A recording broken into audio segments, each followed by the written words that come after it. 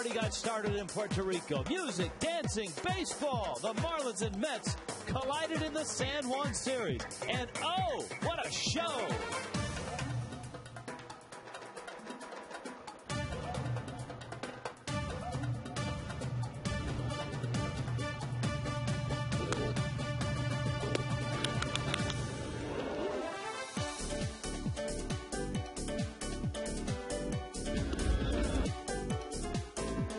Tonight in San Juan, Marlins and Mets keep the party rolling.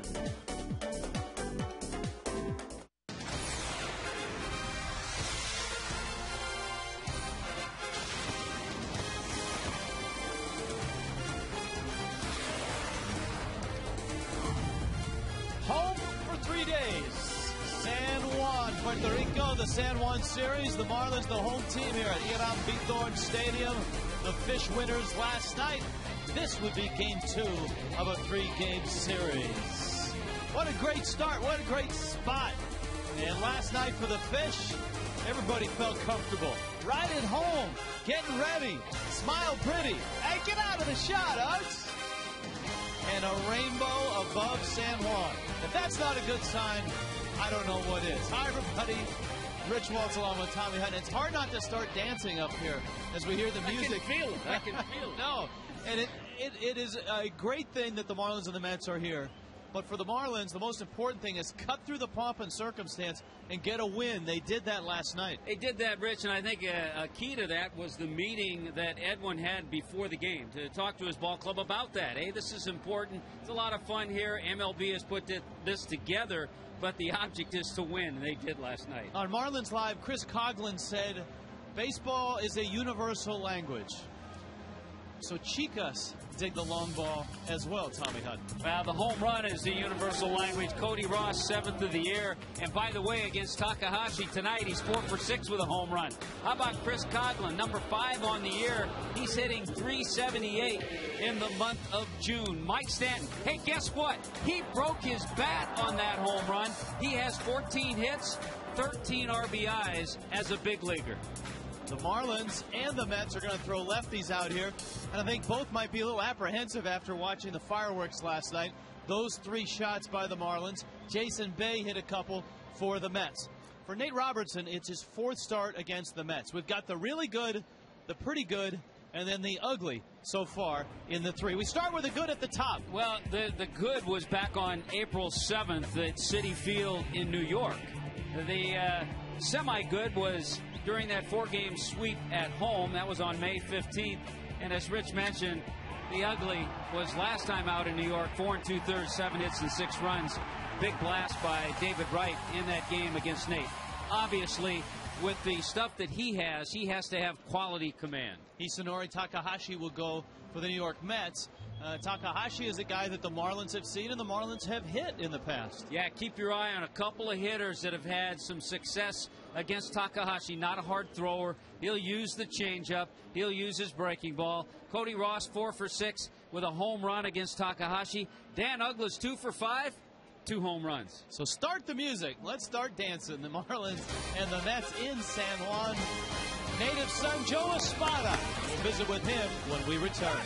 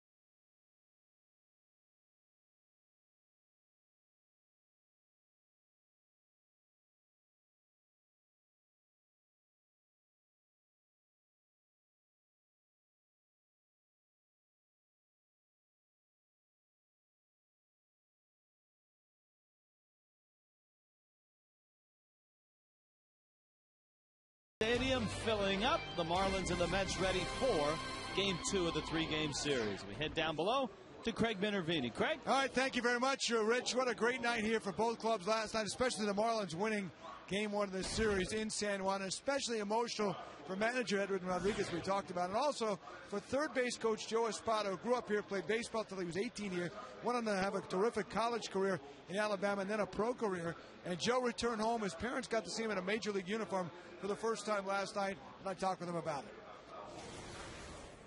Oh, they were very excited. Yesterday morning, I had a chance to go have breakfast with them, and we share an hour of the morning together.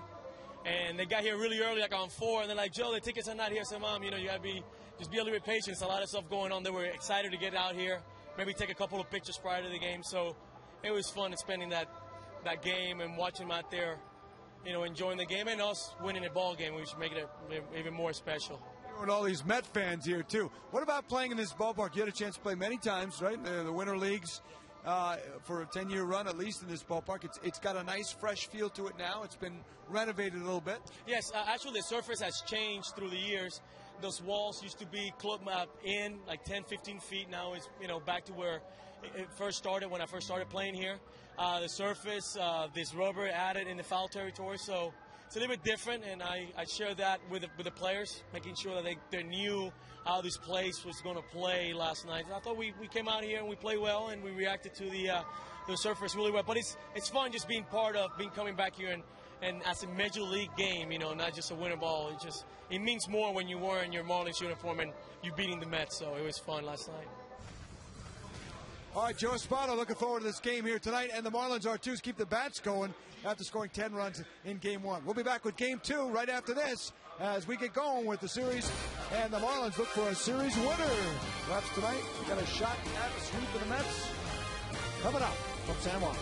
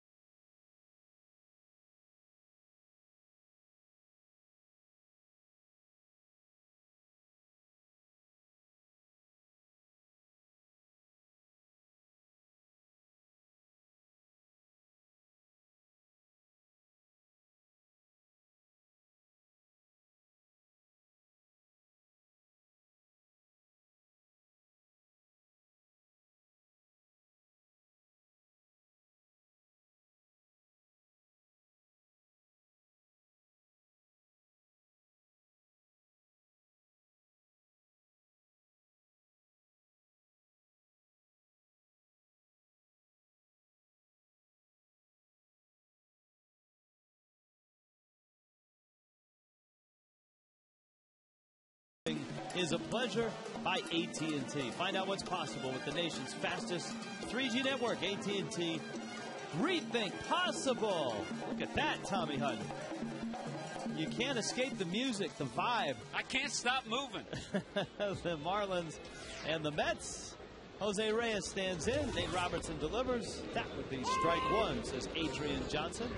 Reyes, Angel Pagan, David Wright against the Marlins. Lefty Robertson knocked around his last time out against Baltimore and his last time out against the Mets. Mike Stanton is out in right field, and he makes the catch. catch. Let's meet the Mets and greet the Mets even in Puerto Rico. The Mets have Jose Reyes at shortstop. Angel Pagan's back in the lineup with a sore side.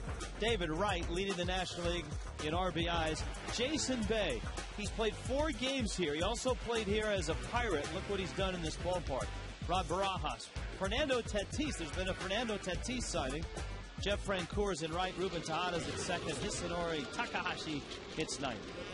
And there are the numbers for Nate Robertson, 5 and 6. This is start number 4 against the Mets this year. Yeah, you mentioned Rich getting knocked around his last time out. It was unusual because his first 2 innings he threw very well against Baltimore, and then 7 hits, 5 runs later, he was gone after 2 1/3 innings. Yeah, those 7 hits and 5 runs were in the third. The loss against the Mets spanned 4 2/3 innings, and that was on June 5th. So early in the month. A one hopper knocks Hanley over, and his throw hits him in the foot. We saw Jose Reyes really struggle at shortstop last night with the speed of the ball off the bat. Hanley Ramirez obviously handcuffed.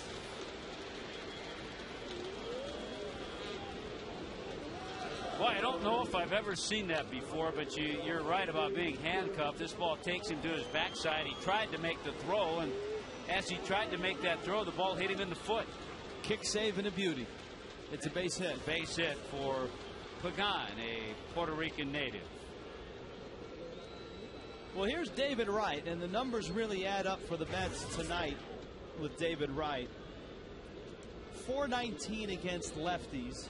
6 of his 14 homers against lefties. And he slaps that one into right field, a base hit. Up with the ball, Stanton. Pagan's on his way to third. Stanton's throw is cut. Mets at first and third. And Wright continues to play not only lefties, but Nate Robertson. He's now 4 for 7 in his career against Nate. Excellent base running by Angel Pagan. Keep in mind, this ball was hit pretty well, and it's a fast surface out there, so it got to Mike Stanton quickly. Just one peek by Pagan over his shoulder. A good base running by him to get to third base. So Hanley's tumble is a costly one because Pagan is now at third and Wright's across the diamond. And here's Jason Bay, who pumped a couple out of here last night. First Met to get to scoring position in this series. That's right. Last night they did not have a runner in scoring position. Jason Bay provided the offense with a solo shot and a 2-run homer. And both of them were to right field.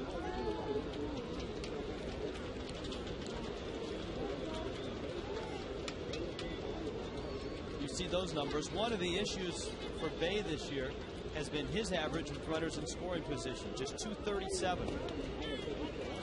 That one dips low. And of course, the Mets are hopeful that this year is just an aberration and that he returns to his productive ways, especially his last year in Boston, because they've invested an awful lot of money in Jason Bay. This is year 1 of a $66 million contract. Well, the Mets have seen firsthand how David Wright turned things around after a non-productive year last year. Has he ever? He's at first. Robertson settles the 2-2. Fouled at the plate.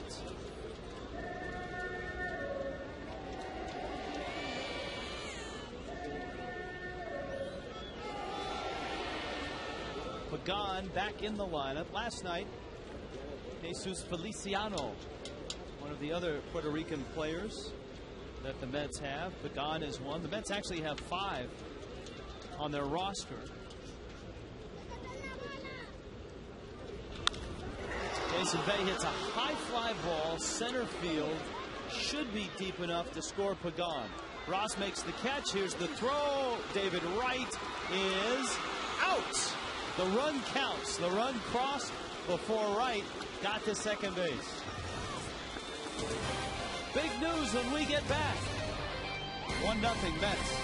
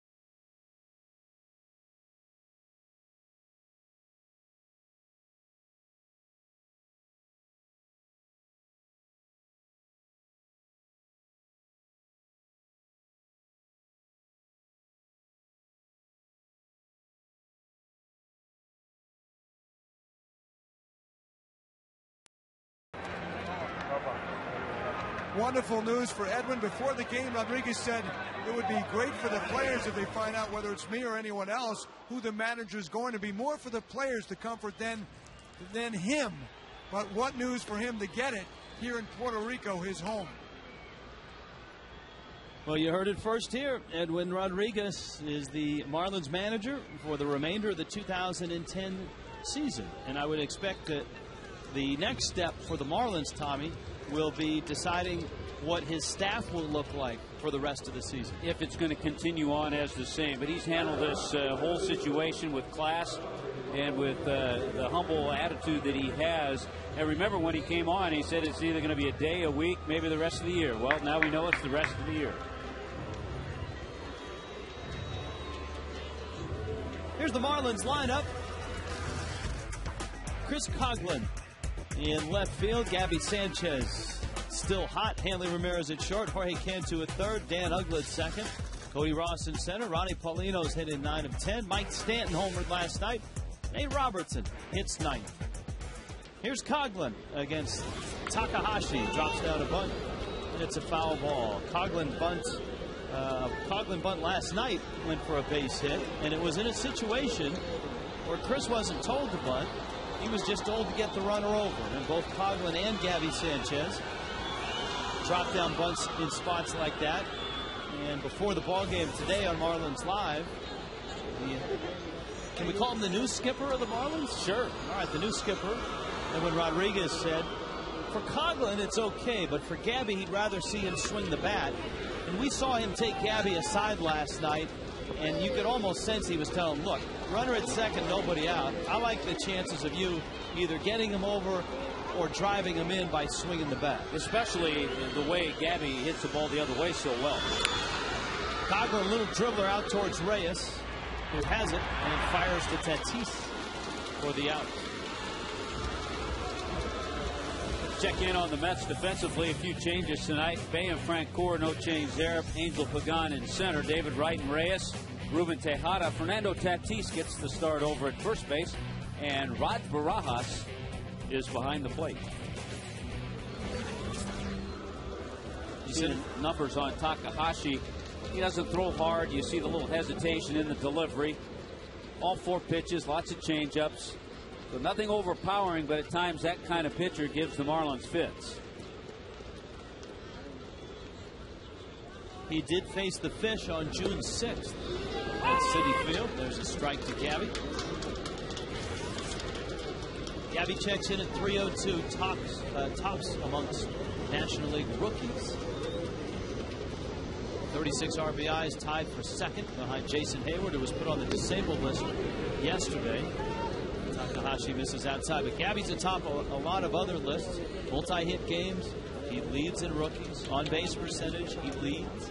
Extra base hits, he leads. Second in slugging percentage to Tyler Colvin of the Cubs. He drives that ball to center field. Pagan goes back at the track, leaps, and makes the catch. Mets are happy to have Pagan back. He's a very good center fielder. The Marlins have seen that this year. It's an email Tuesday, by the way. And if you'd like to get a hold of us, there's a couple of ways to do it. Ask the Marlins at Fox.com. Ask the Marlins at Fox.com. Or if you just log on simply to FoxSportsFlorida.com, there is an Ask the Announcers icon that you click on. Here's Hanley now. Hanley drove in a couple last night, upping his total to 46.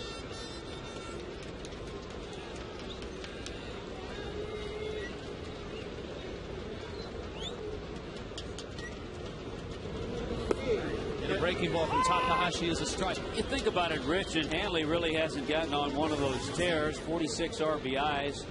The Marlins tonight playing their 77th game, so he's on pace. He's going to end up with over 100 RBIs again. Oh, one coming. Hanley hits a pop-up foul and out of play. Our first email of the night is from Dennis in Miami. Have a question for you. Marlins on a 13-game, 4-city road trip. What would you consider a failure or a success on this trip? 6 and 7, would be a failure or success. Obviously, anything like 10-3 or 9-4 is success. I think 6-7 falls into that category. Anything over 500, 7-6 on a trip like this would generally be considered pretty good. 3 games in Atlanta, 3 games in Los Angeles, considering the teams that the Marlins are playing, and then 4 in Arizona to finish off the first half. As we just learned moments ago, Edwin Rodriguez will finish the season as the Marlins manager. 1-2 to Hanley. Hanley Ramirez has had an interesting year statistically. One of the blips on the radar is his production against lefties, just 218 against lefties.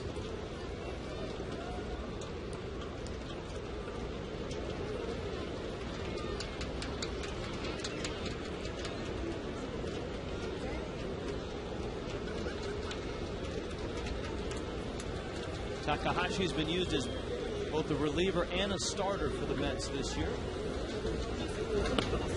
He misses inside with a cut fastball. You see Hanley's last 3 months. Productive month of June.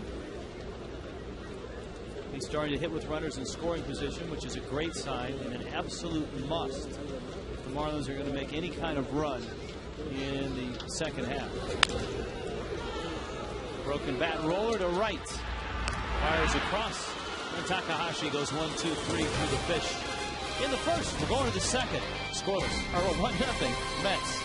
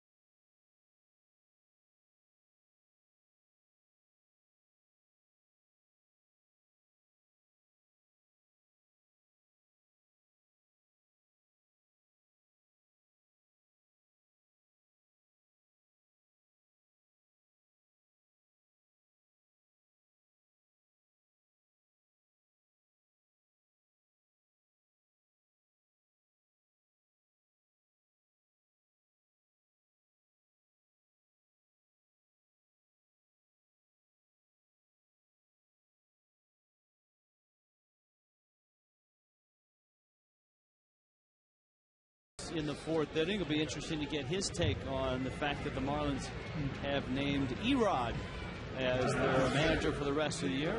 Edwin Rodriguez. It was Rodriguez who suggested to the Marlins organization that they hire Joe Espada. You know, I think it takes that cloud away from a lot of the players and a little of that confusion away. So now everybody kind of has an idea about this situation, who's going to be their skipper the rest of the year.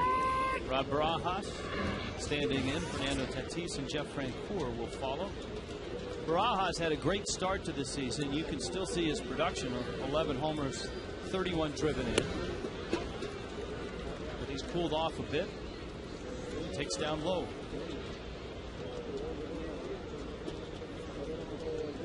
The Mets come in a game and a half behind the Atlanta Braves.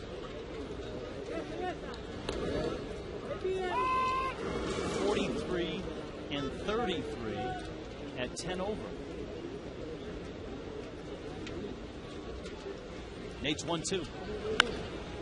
Ball's hit high, but not too deep. Coughlin and Cody converge, and it's Cody who makes the catch. It's an email Tuesday night. We have an email from Terry in North Bay Village, Florida. In last night's telecast, you made reference to Roberto Clemente being the first Puerto Rican to win a World Series game. Ruben Gomez was the first Puerto Rican to win a World Series game. He pitched and won the third game of the World Series for the New York Giants in '54, making him the first Puerto Rican to play in a winning World Series game. You know, That's semantics a little bit. I know we did some Clemente stuff last night. I don't remember the reference to first Puerto Rican to win a game. That ball off the end of the bat, Coughlin over, and is there to make the catch. But, Terry, and she says it would be an honor for the people that love their hero, Ruben Gomez, if you would make that correction on the national television or on regional television or on your telecast tonight. Roberto Clemente may have been the best Puerto Rican ever to play in the major leagues, but Ruben Gomez was the best Puerto Rican player ever. So there you have it. We have Puerto Rican flavor flowing in from all over the place. Terry, thanks for the contribution. We make the note, and we're happy to pass along the note on Ruben Gomez. Francoeur pulls that one foul. It's 1 ball and 1 strike.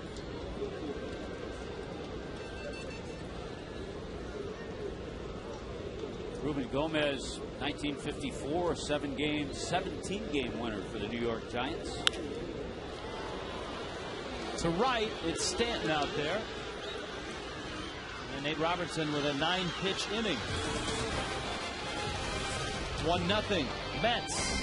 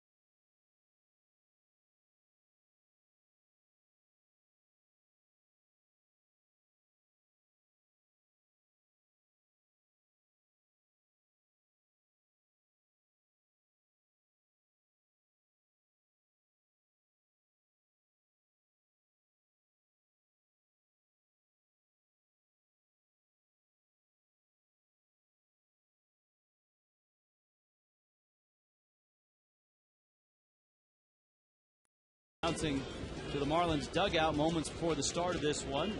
Edwin Rodriguez will lead the team for the rest of this 2010 season.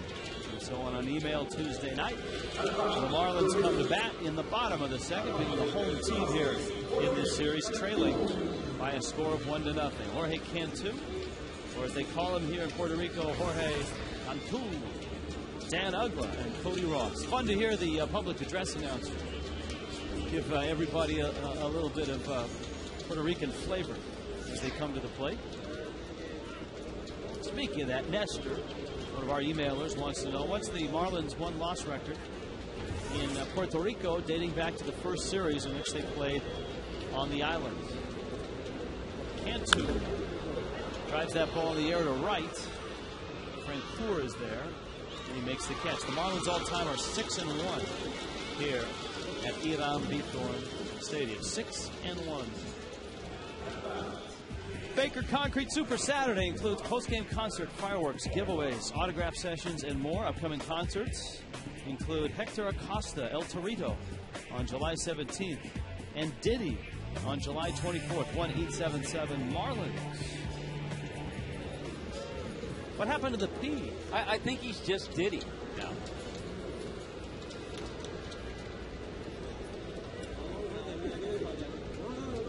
Takahashi against Uggla. And he misses outside. Uggla last night 0 for 4. And as Tommy pointed out early on, Uggla against Takahashi has been a good deal for Daniel. He's 2 for 5, and both those hits homers. Uggla and Cody Ross homered against him in New York. Tatis over for a look.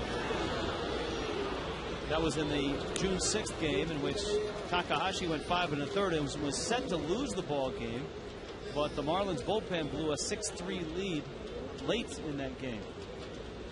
Example of that spacious foul territory, that last pop fly. It landed really in the first row, and Tatis had a long way to go.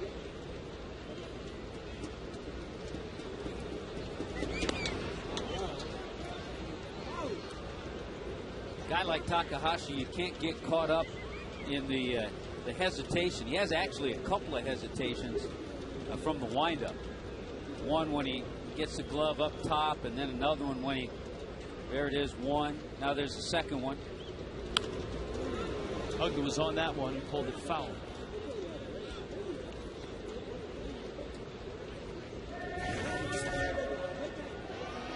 Yeah, long career in Japan, all with the Yomiuri Giants.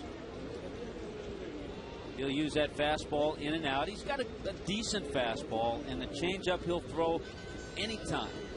And that changeup has as much movement away from right-handed hitters that it's almost a screwball. 2-2. Like that. There's the changeup. So his first strikeout of the night. And up comes Cody Ross. And keep in mind, this came after a fastball, and it was in a perfect spot. Perfect pitch. As Cody stands in, Big Mo sent us an email just letting us know that there are several different Tommy Bahama outlets in San Juan. Also wants to get a Logan Morrison update. Are the Marlins developing him to play multiple positions? Well, at last check, he is hitting over 300, and he's also been spending some time in the outfield. Of course, we saw Logan in spring training at first base, battling Gabby Sanchez. You know the story. Gabby beat him out, and he hasn't looked back since. Those are Cody's numbers against this lefty. So the reports are pretty good on Logan Morrison.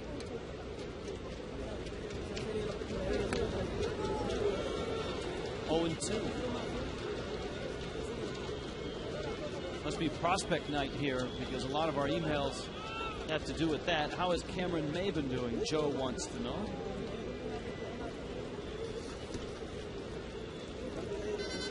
Our staff is checking on it right now. 0-2. Takahashi with a couple of strikeouts on that changeup. He gets Uggla, and he gets Ross, and he's retired all 6 he's faced.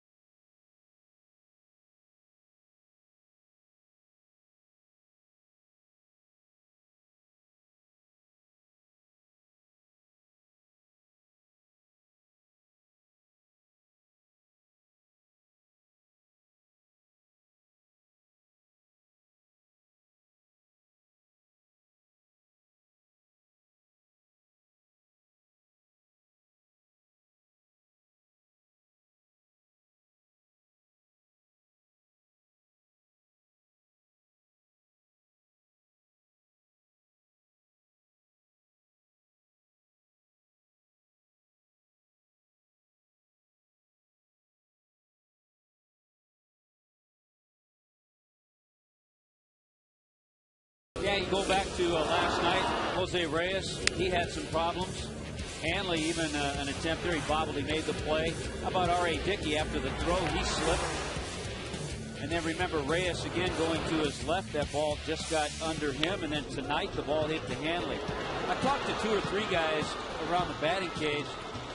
Most like this turf better than Tampa. Yes. Better than the turf in the Trop. But it all goes back to what you and I were talking about. It's a matter of getting used to it. And no one's used to it. Only 3 games here.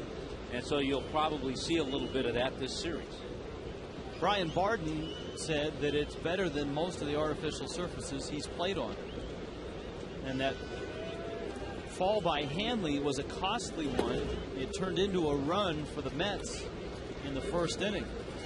That allowed Angel Pagan to reach base. Wright would single into right field, and then a ordinary fly ball by Jason Bay scored the run.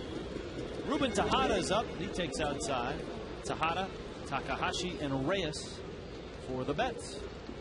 They've done a lot of work since the Marlins were last here. They did replace the turf. They certainly did a lot of that work because of the World Baseball Classic that was here in 06 and last year in 09. 2-2 on Tejada. Luis Castillo, as we told you last night, with a bruised foot. He's on the disabled list. Mets are hoping that Carlos Beltran is back, if not for the weekend, next week.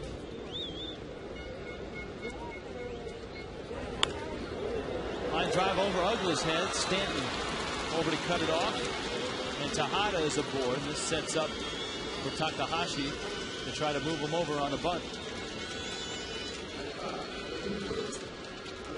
Saturday on Sun Sports, it's D. Wade's greatest games. Tune in for 12 hours of unforgettable Dwayne Wade moments of his already legendary 7-year Heat career. Wade's greatest games, and it's only on Sun Sports. It begins at noon. Takahashi tries to bunt, and it's a strike. Infield was moving. Gabby and Cantu were charging. No sacrifice bunts yet. Remember, he hasn't been a full-time starter. He only has 10 at-bats.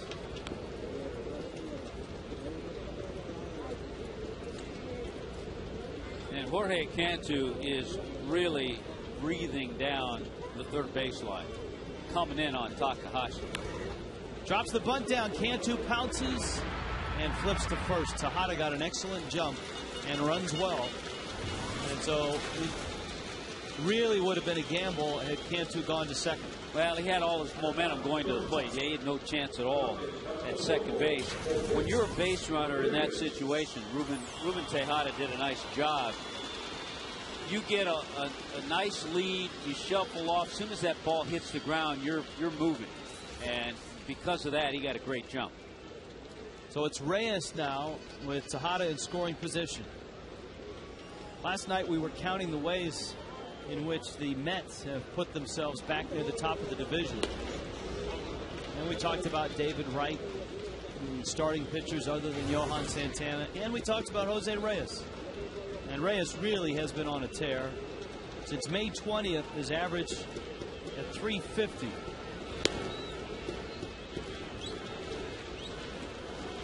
Of course, the injury that kept him out most of last season, a hamstring injury. Then the thyroid issue, which literally shut him down during the most important time of spring training. He's back to being his energetic and, for the Marlins, problematic self. Yeah, and even when he came back those first 2-3 weeks, that was really a period of time where he was just trying to get his complete strength back, get his game back. 2-1 pitch is hammered left field. Coughlin, it's over his head. Off the wall it goes. Tejada is going to score. Reyes is headed for third. The throw goes into second, and he's in there. Hanley Ramirez had set up over by third base. And Uggla, I guess, trailed him for a double cut. and there was nobody at second. And Reyes saw that, and once he saw the throw go there, he took third. Starting with a solid swing, he took that bit down and in, lined it. You're thinking double all the way. Tejada scored easily.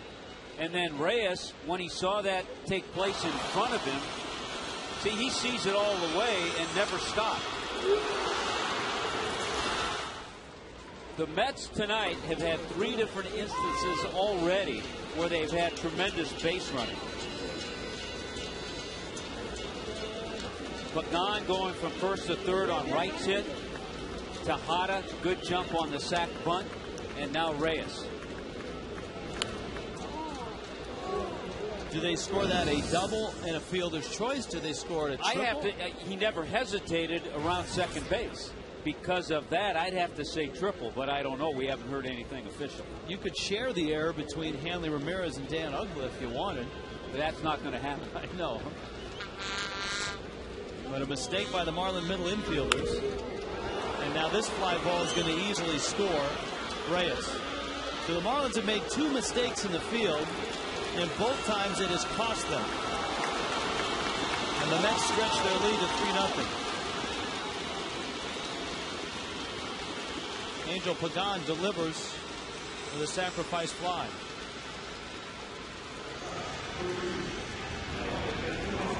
Well, if you judge a game just on the first 2.5 innings, right now the Mets are clearly outplaying the Marlins.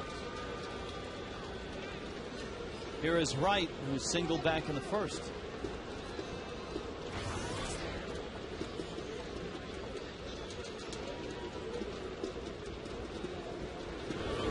Breaking ball misses outside.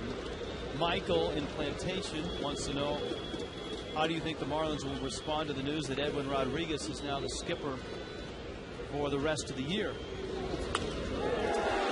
Another hit for David Wright, who absolutely owns Nate Robertson. He is now 5 for 8 in his career. And left-handed pitching in general, he's up about 425, leading all of baseball against lefties. Back to our email question. Go ahead. How do you think the team's going to respond to the news that Edwin Rodriguez is on board for the rest of the year? I think it'll be a positive response. I think if you talk to players about Bobby Valentine, there was, I don't know, there was kind of a non-commitment. I think it'd be a positive response. Down to second, Paulino guns out David Wright. So Wright's been thrown out at second twice now. But the Mets get 2 more and lead at 3-0.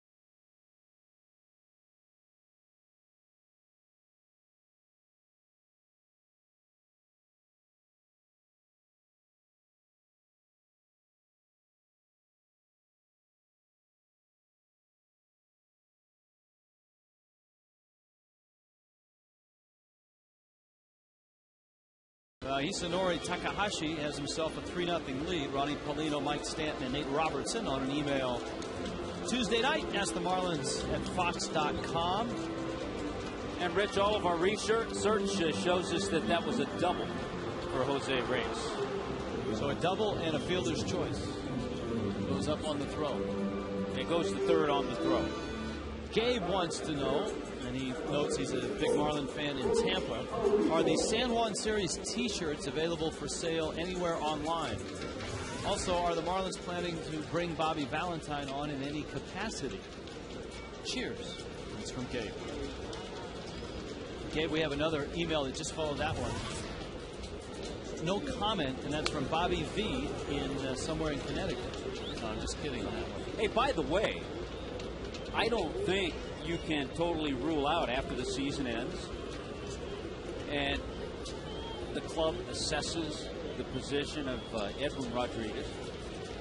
If they want to seek elsewhere, I don't think you can rule out Bobby Valentine. But obviously, you can rule him out for the rest of this season. For the rest of this year, yeah.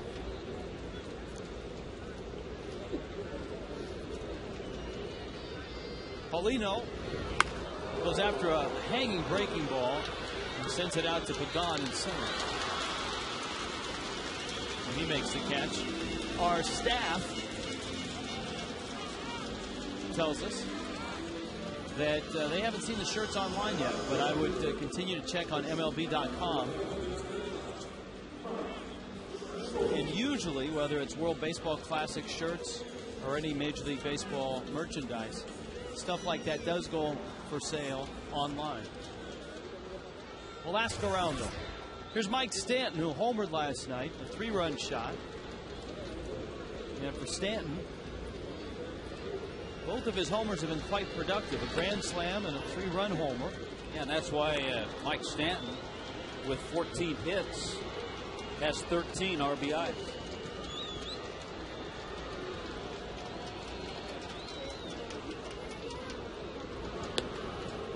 Mike swinging a miss at a breaking ball.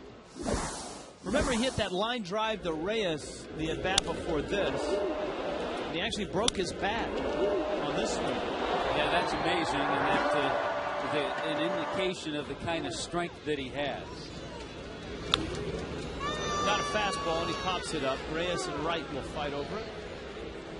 And Reyes ventures in front of Wright and makes the catch.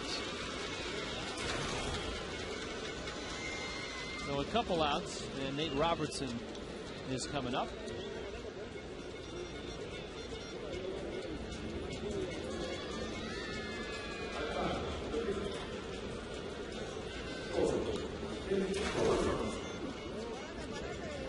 Max in West Palm Beach wants to know, when the Marlins get to L.A., will Alfredo Amezaga be with the Dodgers? Well, he's not active. He's not playing, but yeah, it would be great to see Alfredo.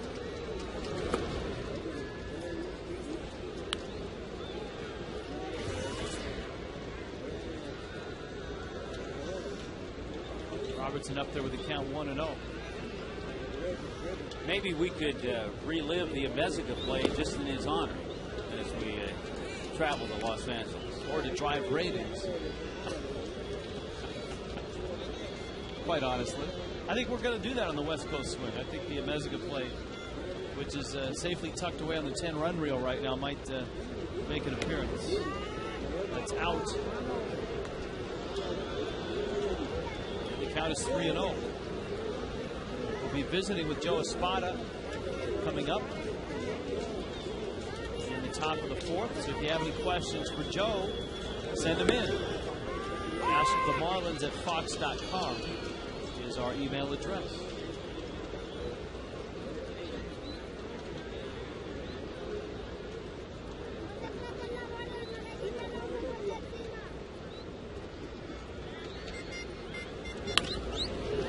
Up the middle into center field, it's a base hit. And Nate Robertson has himself a hit, and he's aboard, and that's going to bring Coughlin up.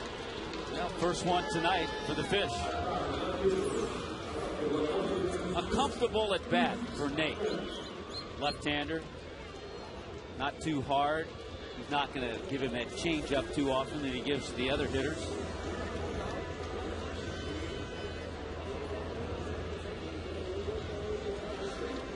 Coughlin has bounced out.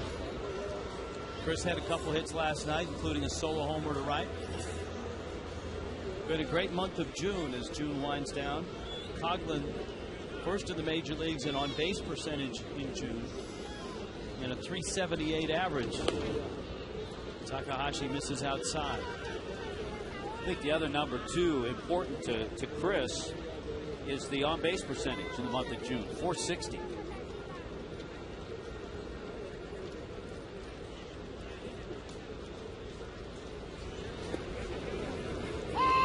And a strike.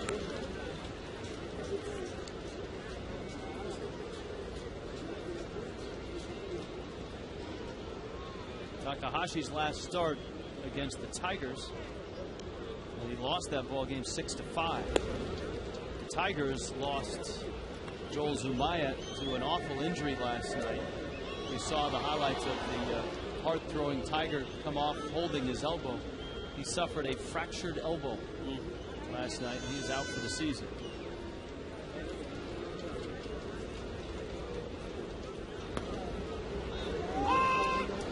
Well, there have been some injuries around baseball. The Red Sox lost 3 key players in 3 consecutive nights. Was it Pedroia, Buchholz, and Victor Martinez? The Phillies put a couple of key players on the disabled list today. Placido Polanco and Chase Utley, both on the 15-day disabled list. There's Gabby Sanchez. Yeah, Polanco's got an elbow issue, and Utley's got a thumb that's been bothering him.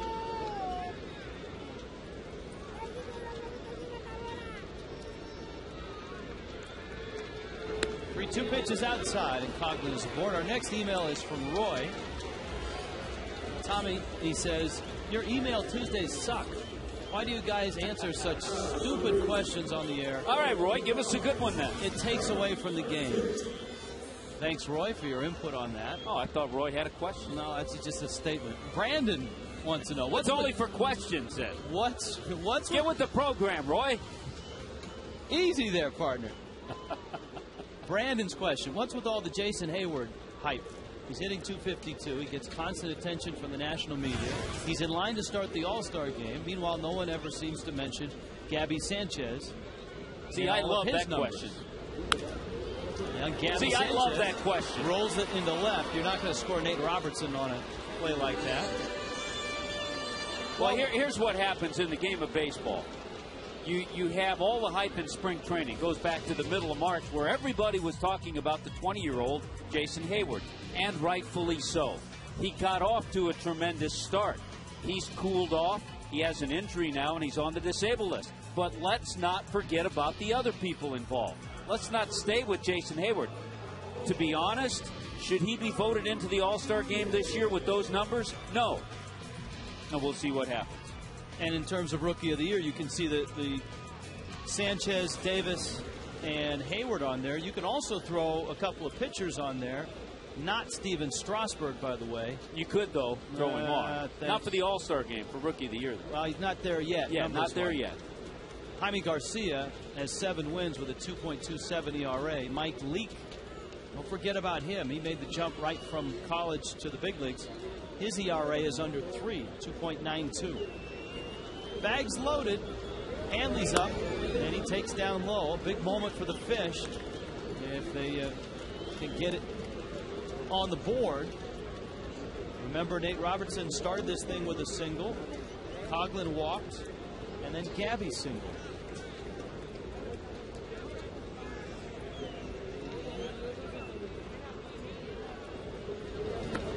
Here's where they need one of those big 2-out base hits from a guy who should carry their offense at times. Well, the key for Hanley here is obviously make Takahashi give him something good to hit. You would think at 2-0 he'll get it with the bags loaded. Takahashi and the fastball, and Hanley was ready. He spun on it. pulls it foul. He counts 2-1. We've seen Takahashi's changeup has been his best secondary pitch outside of his cut fastball tonight. I think there's always a little competition between Hanley and Jose Reyes. And when the Mets and Marlins meet, Reyes has doubled. He's had a good game so far. So this is Hanley's chance.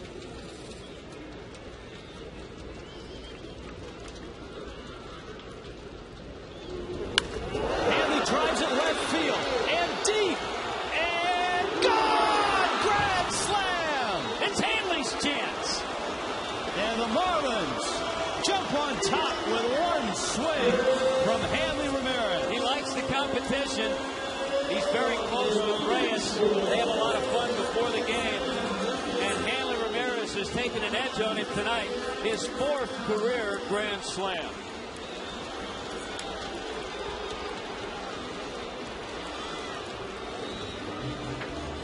So Hanley,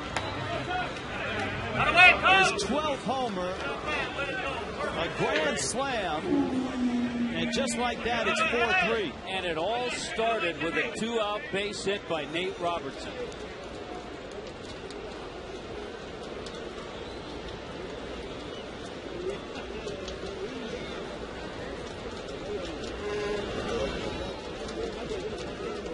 Another look. Oh, this pitch right out over the plate, up a little bit, and no question as soon as Hanley hit it.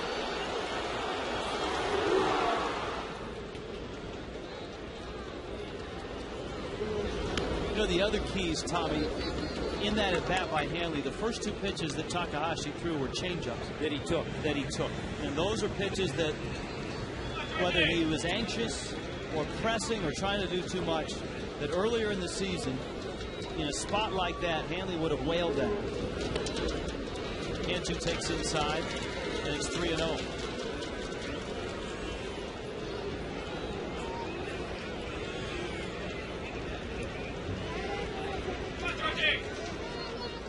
Let's see if Cantu goes after a 3-0 pitch.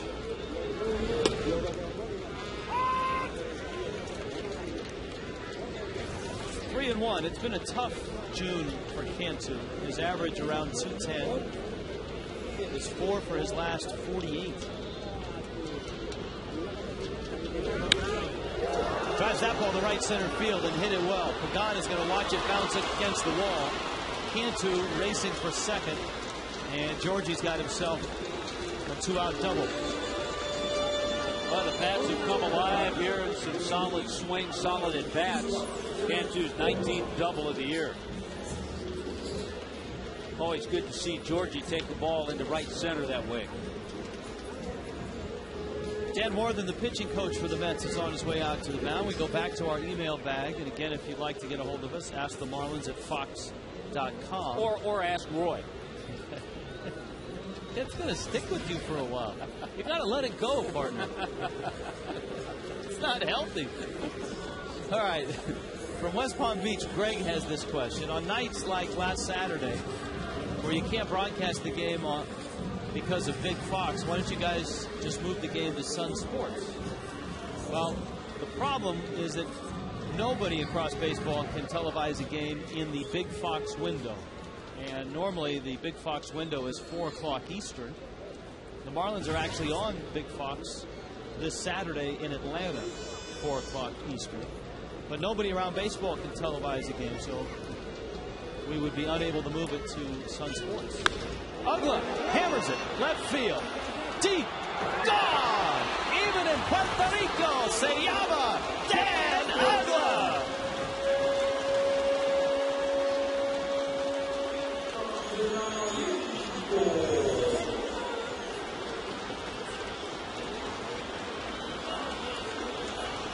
Well, we thought the ball would be jumping tonight like it did last night. Well, it's jumping because a couple of guys have had great approaches and swings and have had wonderful pitches to hit. Wow, I wonder what Dan Worthen told Hisanori Takahashi. Don't groove one to Uggla. 6-3 Fish. Here's Cody.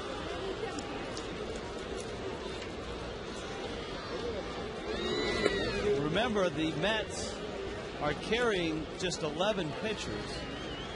So Jerry Manuel doesn't really want to run down to that bullpen right away.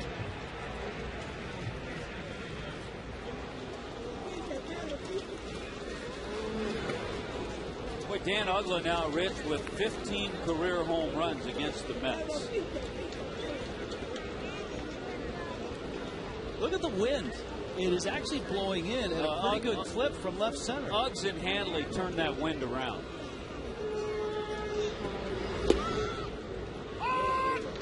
Cody takes a strike.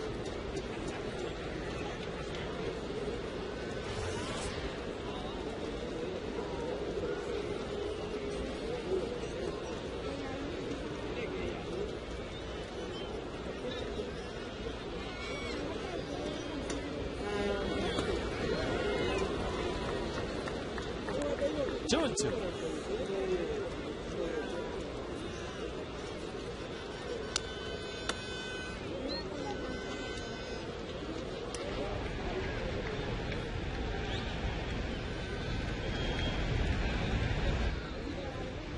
Yeah, there is activity now in that Mets bullpen. Chris in Gainesville wants to know, Tommy, how's the cotton candy here in San Juan? I know they have some great concessions here. You know, I actually saw some cotton candy on the beach today. 3-2 pitch is outside, and Cody is aboard. They were set up right there. The Marlins stay at the Intercontinental Hotel. And today, while you were on the beach and saw apparently a variety of concessions, cotton candy, I ran into Christopher Walken in the lobby, and he asked me if I was interested in some champagne.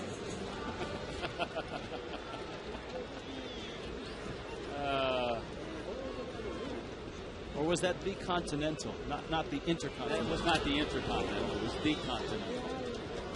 Paulino. One of my favorite actors, by the way, of all time. One of my favorite Saturday Night Live skits of all time.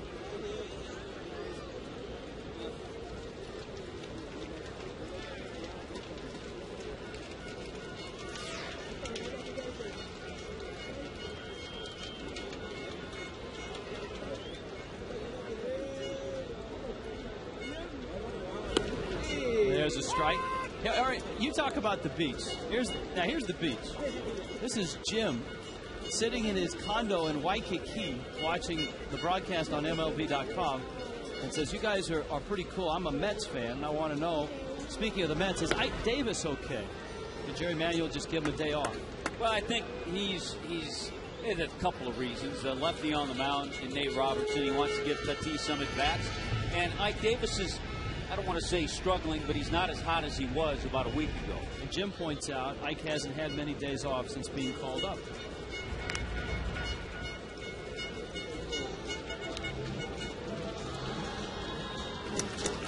So have a Mai Tai for us, Jim. In Waikiki. Waikiki.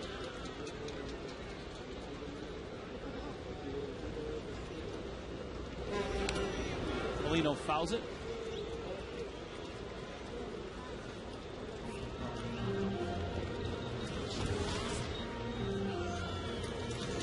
Look at the number of pitches in the third inning for Hisanori Takahashi.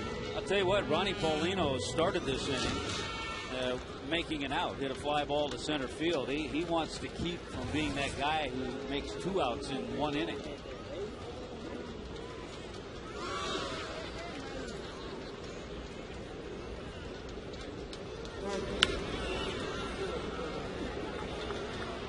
Wright flips it across, and Paulino is out. But the Marlins play long ball. Big-time long ball in this one. A grand slam by Hanley. And a 2-run shot by Dan Uggla. And the Fish come roaring back and lead at 6-3.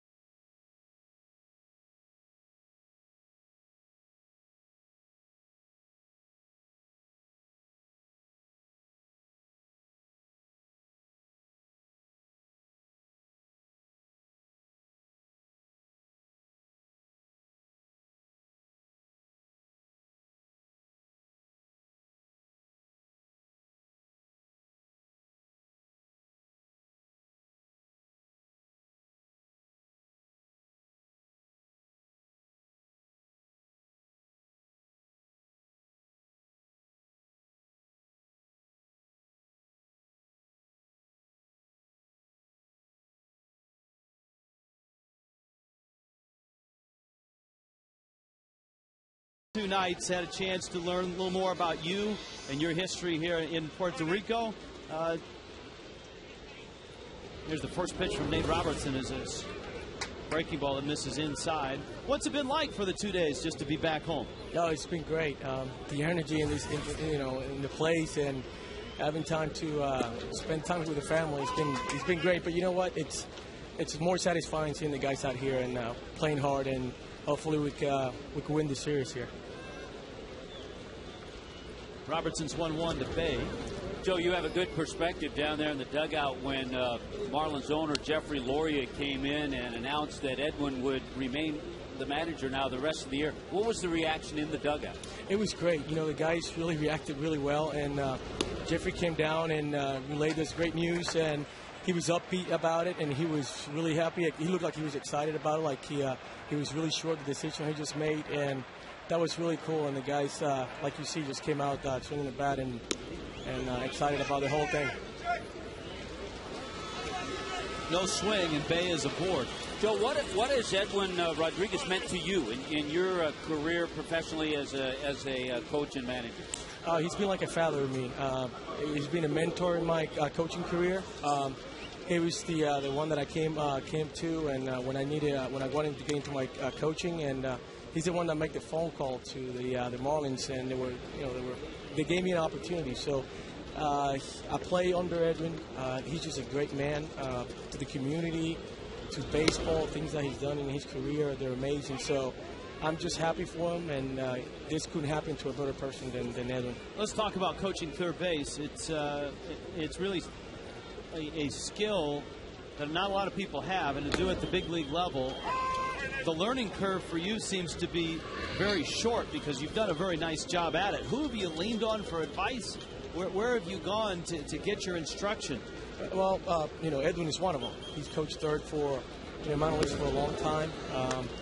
Guys like Oquendo, he's been manager 2 years in Puerto Rico, and I've been his third base coach the last 2 years here. So I think there's really two good coaches. But you know what?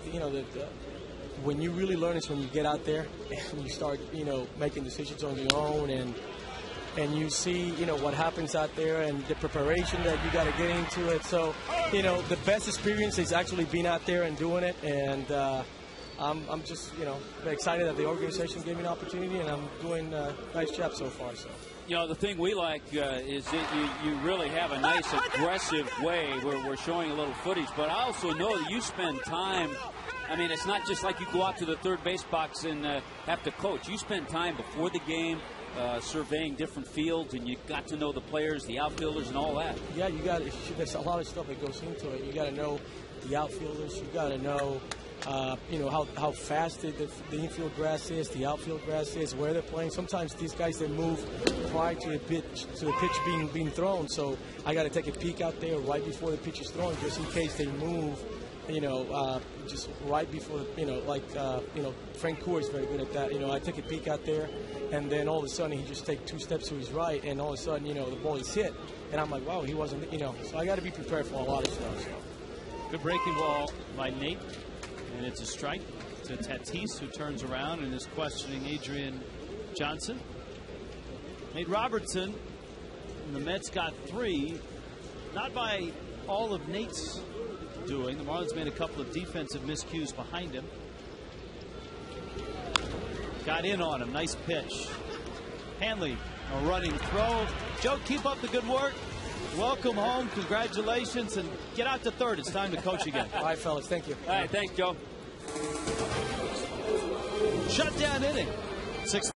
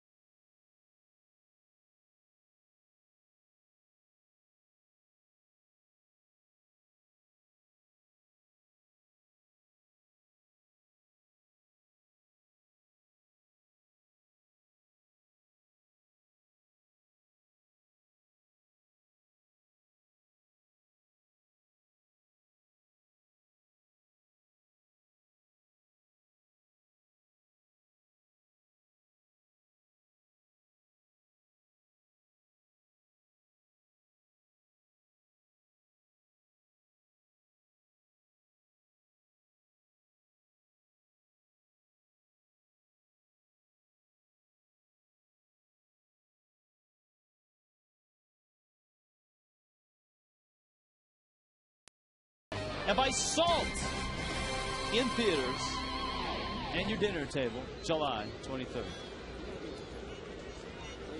Mike Stanton against Hisanori Takahashi as the Mets try to coax another inning out of their lefty.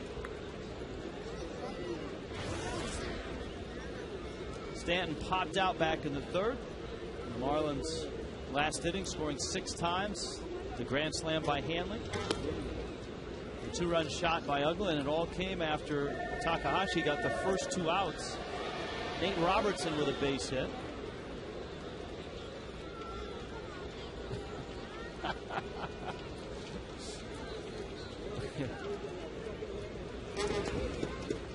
There's a strike. Remember Jim on the let's see, in his condo in Waikiki, he has sent he emailed us a picture. Oh, nice. He's got the Mai Tai. He's got the Mai Tai he told them to have. Can we put that on television? All right, our crack staff is efforting.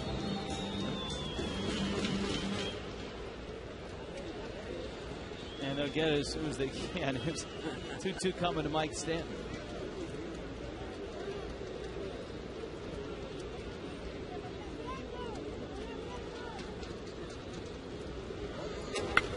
Stanton hits it hard and into left field, a base hit. Have you seen better swings the last 4 or 5 at bats from Mike Stanton? Yeah, absolutely. Starting with the line drive out to Reyes and then the homer last night. Let's do some trivia. AT&T style. Let's flip the phone, see what we got. All-time Marlins, most home runs off the U.S. mainland.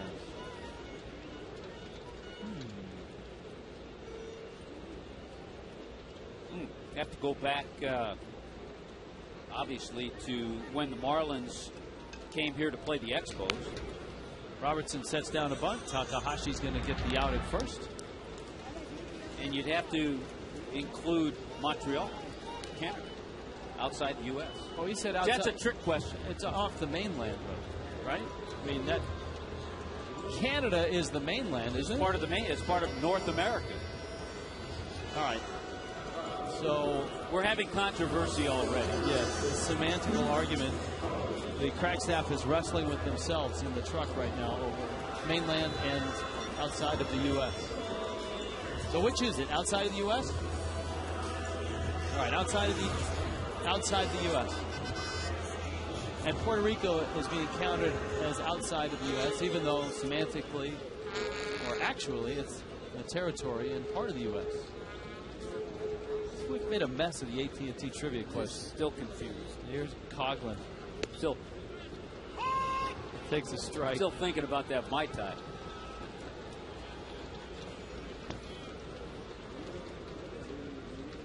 See, this could open up a real can of worms.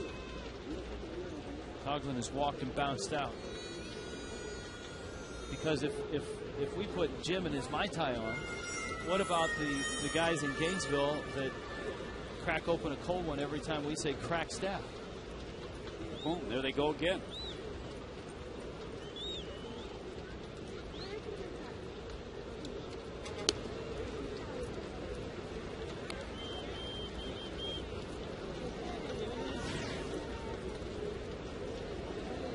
Ball and a strike to Chris. He walked in that third. And Gabby singled.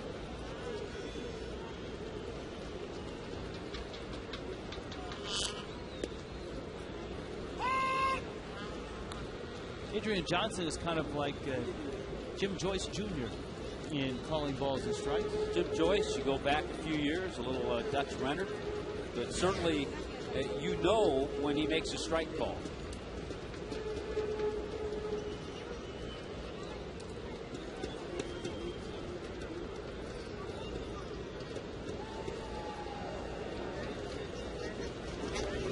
In the dirt.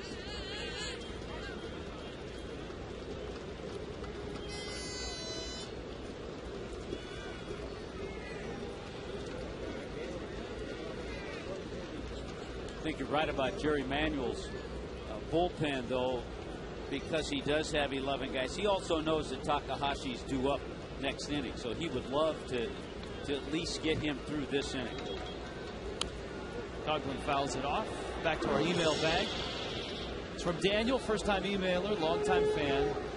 Email Tuesdays do not suck. In fact, I rather like it. That's from Dan in West Palm Beach. Angel wants to know, and he sent this from his BlackBerry, what kind of cleats do players wear for artificial turf? Well, you still have the dirt cutout, so most players, and you still want to have spikes on when you hit. So most players will still wear their spikes. I can remember some would wear the rubberized cleats, and I can remember actually a great teammate, and he was from Puerto Rico, Willie Montanez, used to change his back foot. He's a left-handed hitter. His left shoe, he'd put on spikes, spike shoes, when he went up to hit, so he could dig in. And then when he went out to the field, he'd change and get the rubberized spikes. Here's the 2-2. It's outside. Now that's changed because artificial surface has changed. Yeah. The field turf that came into vogue about 7, 8, 9 years ago, both football players and baseball players were able to wear the same type of shoes that they wear on grass because this type of carpet acts as grass. It's blades of plastic with that crushed rubber stuff in between. Bay with a long run, and he makes the catch. The old carpet was just really thin, and you'd have guys that would wear the rubberized cleats more than the spikes. And in football, you would almost at times see some guys in tennis shoes on the old AstroTurf.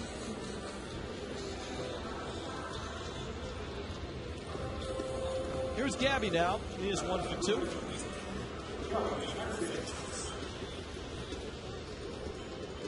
Boy, there's a real close look. You can see some of the little rubber chunks. And they have to, one difference between this surface and the old, they have to maintain this. They'll drag it and at times add rubber to it. Because as you drag it, you got to kind of fluff it up so that it doesn't get matted down. And if it's separated as it should be with the rubber, it acts more like grass than the old stuff.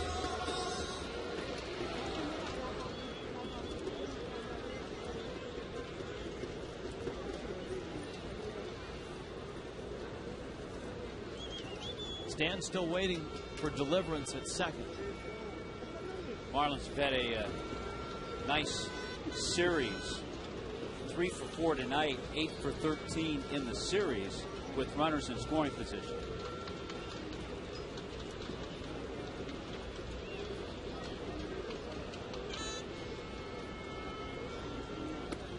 One pitch misses inside.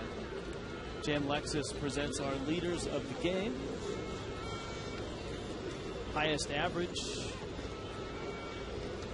You see Gabby Sanchez is on the radar. Angel Pagan, Weeks, Upton, Manny. Last 10 days. Lines it into right field. Stanton around third. He's going to be stopped at third. The throw from Francoeur is a strong one. Jeff Francoeur, one of the better throwing arms in baseball from right field. And you heard Joe Espada talking and specifically mentioning Francoeur when Joe was on headset and talking to him last half inning. Francoeur has one of the best arms in the game. This ball hit pretty well, and it gets to him quickly. One hop, he's got his momentum. Everything is going in his favor, and that's why Joe Espada put the brakes on Mike Stanton, who took a good turn. He was anticipating scoring, and that's what you want to do. Another base hit for Gabby Sanchez, who continues to lead National League rookies in hitting. And with those 2 hits, I suspect he's popped into the National League's top 10 in hitting. And there'll be a few people around baseball going, who's this Sanchez? I got to tell you something. This is going to drive you up the wall. You're going to start getting me fired up, I know. This is just going to absolutely kill you. I heard a 4-letter network sports anchor last night calling him Gary Sanchez.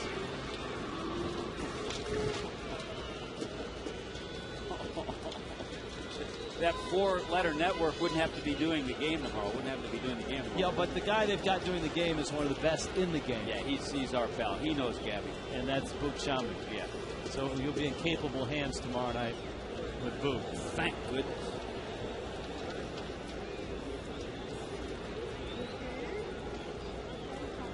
But hey, at least they mentioned it. There's a strike. Time to keep your edge. You keep your edge, Tommy Hutton. It's brought to you by Just for Men Mustache and Beard. Hanley gave the Marlins the edge. You two can keep your edge with Just for Men Mustache and Beard.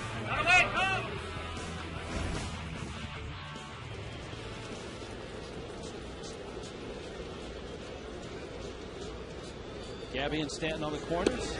Gabby takes in. A little different scenario. Remember how Hanley had gotten ahead 2-0 when he hit the grand slam, falling behind 0-2. And I tell you what, Takahashi just missed with a pitch he thought was a strike, but off the plate, inside. Adrian Johnson right in lockstep with our Fox Tracks, brought to you by Toyota. Here's the 1-2. That's in. Now I think he comes with his changeup. 12 homers, 50 driven in now for Hanley. This is game number 77. So the Marlins are still a few away from the halfway point this season. 60 pitches the last 2 innings for Takahashi. There's the changeup. And he gets Hanley. So the Marlins leave a couple.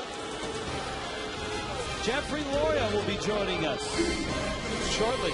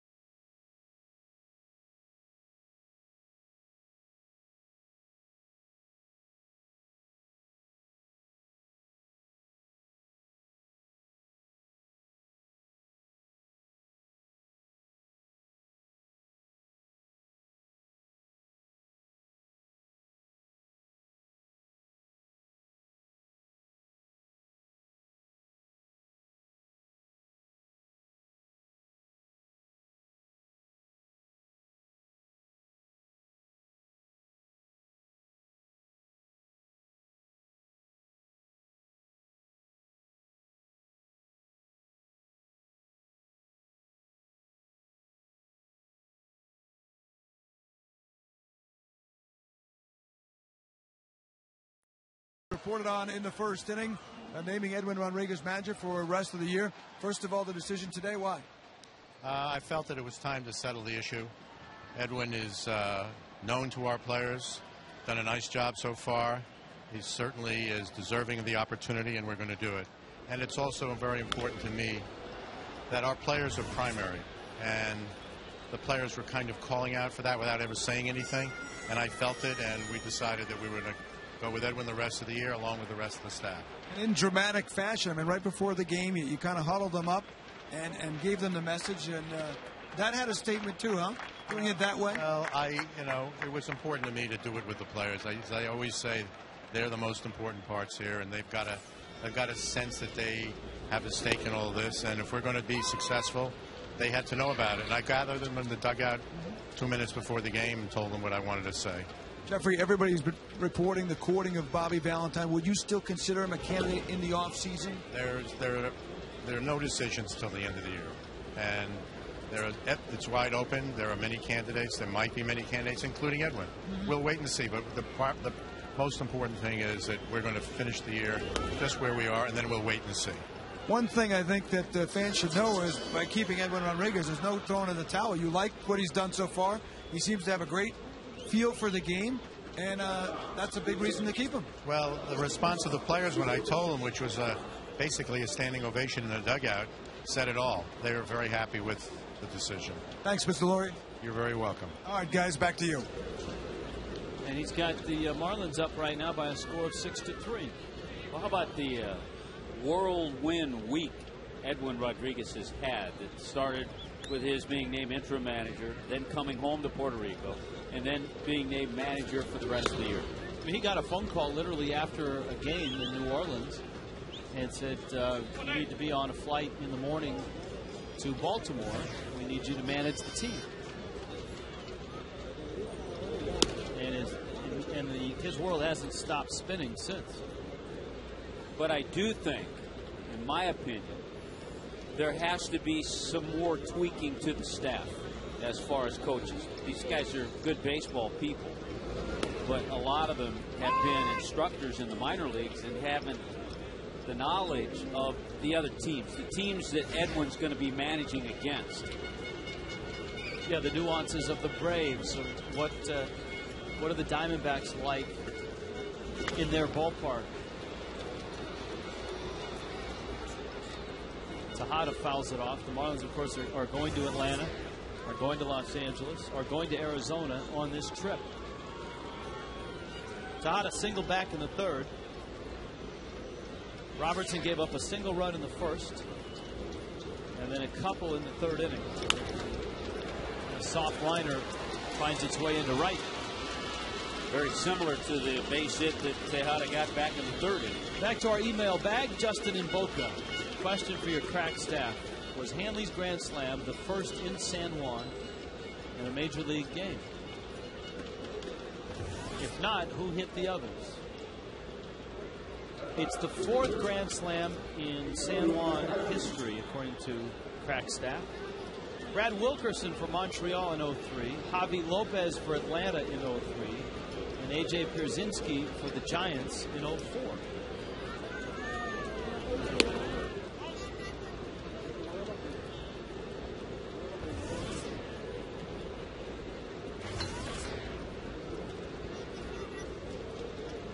Now, I'd be curious if Takahashi goes back out there, but in all likelihood, with the extra guy on the bench because of only 11 pitchers. However, all of those extra guys are left-handed hitters except for Henry Blanco that Jerry Manuel has on his bench. There's the punt. Cantu picks it up. I'm sorry. I burst into laughter mid-pitch because I'm on Email Tuesdays. You're perusing emails while you're watching the game. You're trying to do two things at once. And this email is from Michael in Miami, and it's addressed to you, Tommy Hunt. Do you remember yelling at an umpire from the booth during a telecast in Puerto Rico back in 2004? I seem to remember an incident where you were annoyed with the home plate umpire over the strike zone, and rather than rant on the air, you took it one step further and yelled down at the umpire from the booth. Am I crazy, or did this really happen? You know, I try to block out those past performances, but I believe I've been reminded of that a couple of times. I think the crowd mic picked things up. Our regular mics on our headsets were turned off, but I think the crowd mic may have picked some things up. And I would like to also say that, Michael, because of good behavior, that's been removed from Tommy's record. I was allowed back. It's not on his baseball card anymore. They let me back into Puerto Rico. Michael said, P.S. Email Tuesdays do not suck, but they do need work. Maybe having Craig Minervini roaming around drinking pina coladas would liven things up. That'd be great about the sixth inning. Reyes takes low and inside in the 0-2 pitch. Of course, Tommy, back in 2004 when you were here, they didn't have Fox tracks. No, they didn't. And, you know, I may see that I think when you look at that, you think it's low, but every time we think it's low, Fox Tracks has it as a strike. Hanley fires the first in time. Nate Robertson has thrown 2 scoreless innings since that third. He's hanging on to a 6-3 lead.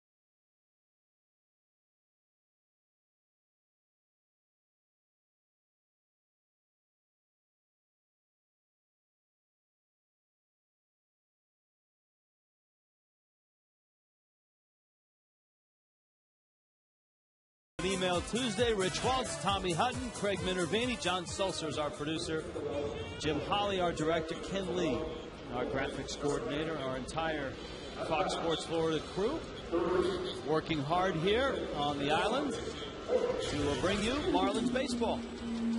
Jorge Cantu, Dan Uggla, and Cody Ross will come to the plate, and it will be Hisanori Takahashi, who continues on in the 5th. Cantu doubled in the 3rd. That was before the Uggla homer. 6 runs on 7 hits for the Marlins. All 6 runs coming on 2 swings of the bat, a grand slam by Hanley, and the 2-run homer by Uggla. Well, the Marlins had a big 4-run 3rd inning last night. The 3rd inning's been a good one.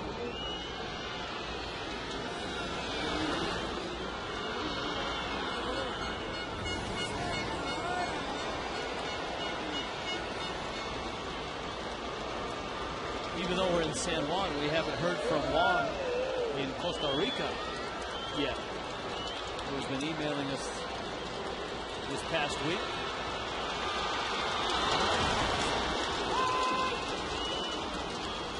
The wave has started here at the Iram Bithorn Stadium. What are the most dramatic changes here, Tommy, from when you guys were here in 2004 to here in 2010? Outfield dimensions a little different? I think they're a little bigger, yeah. And the gaps. I think it's just been freshened up a little. That's one of the things that struck me.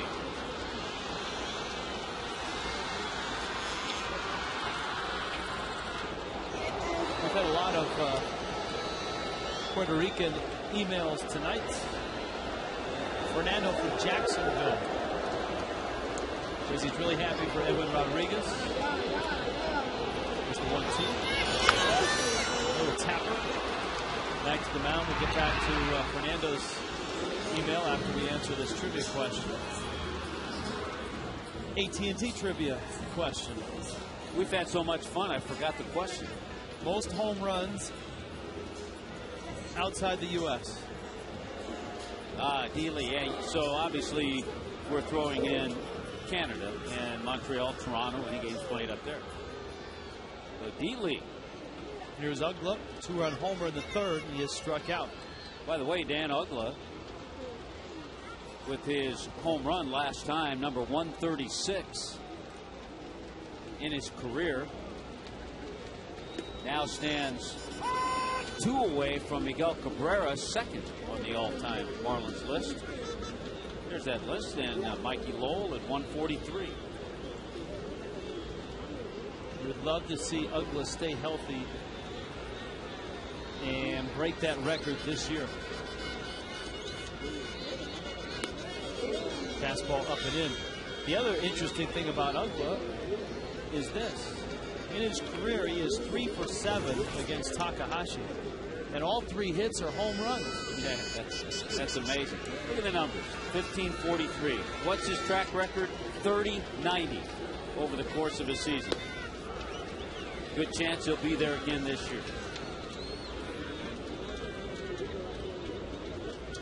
And as a second baseman, one of the most prolific, productive second basemen in the history of the game to begin his season.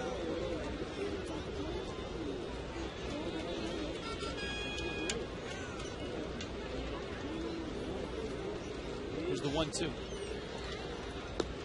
And a swing and a miss. All right, back to Fernando's email. He's really happy for Edwin Rodriguez, but what can he do about the disappointing middle relief? He can do nothing about it. And the only people that can do anything about it, the front office. And when they relieved Freddie of his duties, they made it known that they had come up short. And they were taking a hit in that. The fact that they did not supply Freddie Gonzalez and right now Edwin Rodriguez with what they should have in the bullpen. Takahashi with a breaking ball for a strike to Cody Ross. Fernando finishes his email by saying, by the way, don't leave Puerto Rico without trying the alcapurrias. They are great, and I apologize if I didn't pronounce that correctly. But I haven't tried them. Have you tried one, Tommy? I've not. All right, we got another day. I'm open for that tomorrow. I'll bet you are.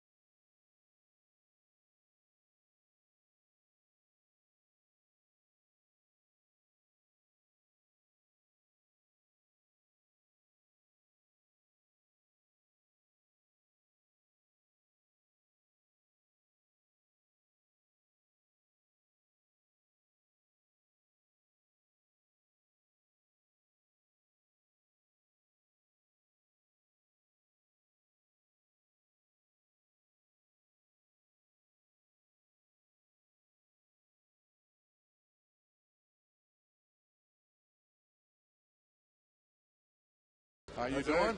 Hey, we like coming to you with a lead.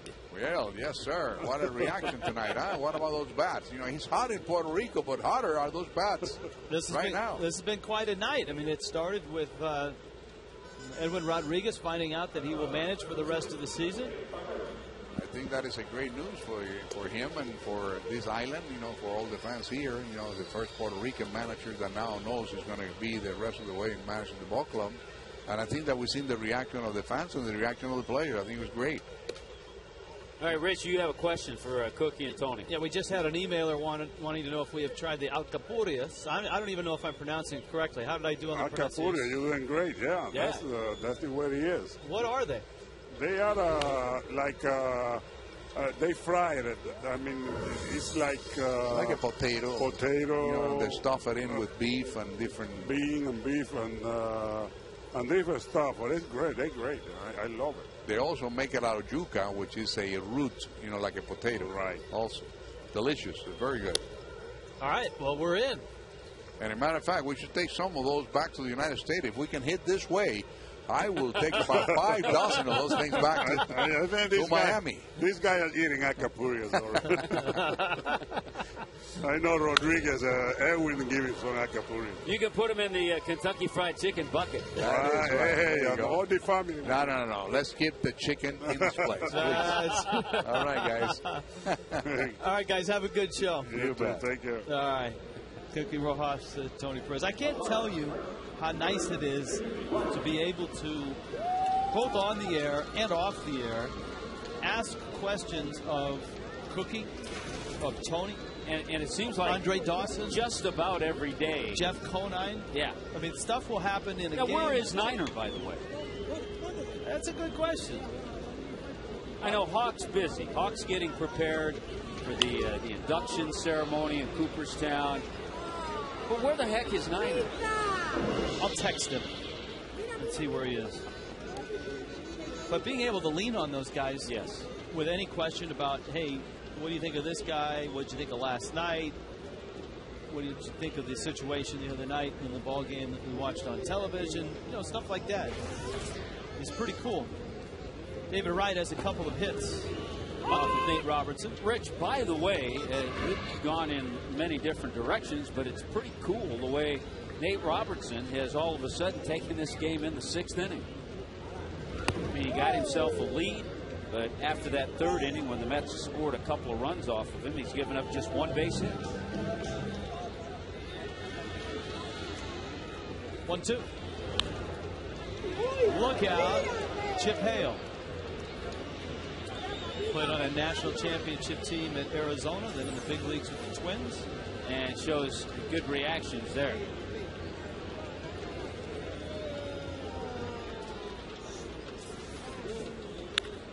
David Wright, a ground ball to short. Hanley gobbles it up. And Nate Robertson has retired David Wright. There'll be a brief ceremony now because that hasn't happened much in the matchup between the two. Watch party coming up, the Corona watch party on the 2nd. That's a Friday at the Sunset Tavern in South Miami. Marlins and Braves at 7:35. Meet Billy and the Mermaids. Win tickets to upcoming games and enjoy 4 for $12 buckets of Corona and Corona Light. Jason Bay takes down low.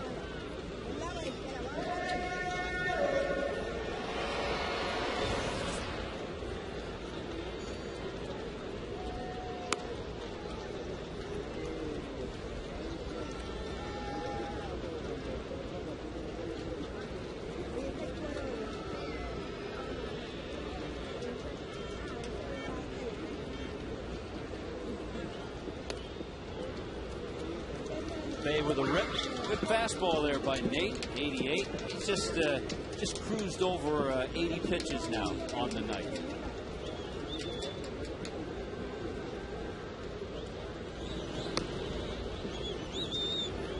You know, they say not to text and drive, and that's a good idea. What about texting and broadcast? Not good. I'm trying to text Niner here, and I've completely lost track of the count. Here's the 3-1.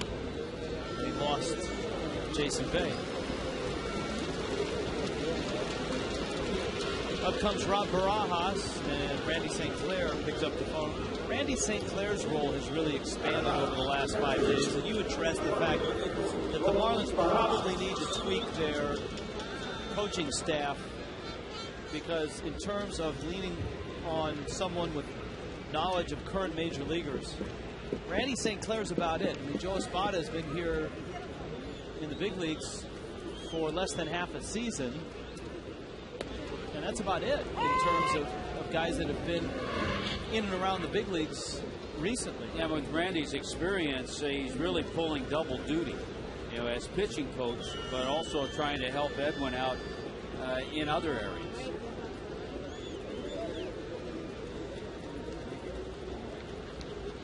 Barajas 0 for 2. High fly ball, Uggla makes the catch. And Nate Robertson is through 6 with a 6-3 lead.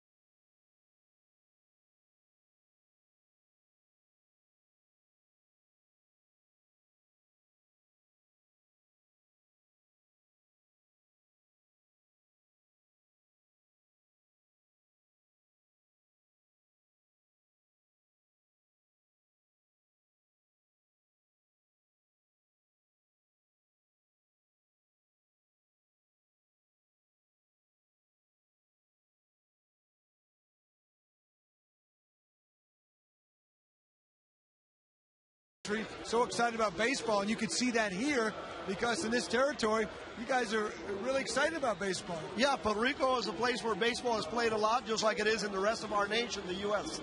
Tell me about the excitement of having Major League Baseball games here. It's been here before. We saw it in 03 and 04, obviously, Kenneth. But what about having the games here? Well, just look around. You have 20,000 people here. You have thousands of people watching it on television. People are very excited. They really enjoy Major League Baseball. It's not the first time we've had it. We had the Montreal Expos a few years back. The Marlins were here a couple of times. Outball and Nationals, which I follow also. And we just love baseball, and we hope that we can have more games in the future. There's some talk about next year. The Marlins would love to play here as well. I know it's nice having the team closest to you. Is that a good chance happening next year, baseball? Well, I hope that there's a good chance. I think in terms of attendance, it is obvious that we like it and that we support baseball. In terms of sponsorships, the government of Puerto Rico, we have the Islands of Puerto Rico campaign, the Runs of Puerto Rico campaign here. And we just love it, and we hope that you'll be back in the Islands of Puerto Rico. The stadium looks beautiful as well. I think they refurbished it a little bit over the years, and it has a big league touch to it. Oh, yeah, definitely. And if you decide you're going to bring 20 games down, we'll double the size of the stadium. Could they actually add the bleacher seats? Has there been any conversation that, if necessary, you could go up a little higher? Well, actually, what we could do is have the whole stadium go all around. Wow. And build, half a new stadium, have the sky boxes, which are only about a quarter of the circle, go all around the circle. So, yeah, we could do major improvements. Mayor Santini in San Juan is committed to do whatever has to be done to attract baseball to San Juan. Would it be out of line? Could the island, you think, ever support a team or not? I think in the long run that will be possible, and Governor Fortunio would like to see that happen. But it'll take a while. And I think if we can start ratcheting up the number of games that we do in Puerto Rico, that will help. Good to see you. Thanks for your time. Thank you, and welcome to Puerto Rico. Love being in the islands of Puerto Rico, one of the great U.S. territories. Guys, back to you. They have been terrific hosts for us these first 2 days. And, of course, tomorrow is the final game of the San Juan series. Mike Stanton stands in with 1 out. I don't think after that 3rd inning we would have expected to still see Isunori Takahashi out there, but he has regrouped and throwing the ball a lot better than he did in that 3rd.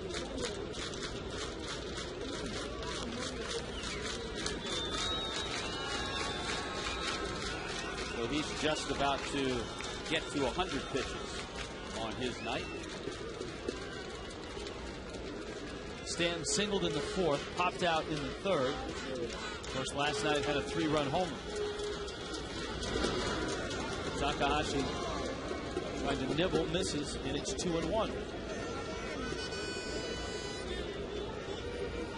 2 walks, 4 strikeouts for Takahashi. 7 hits. The Marlins with their 6 runs.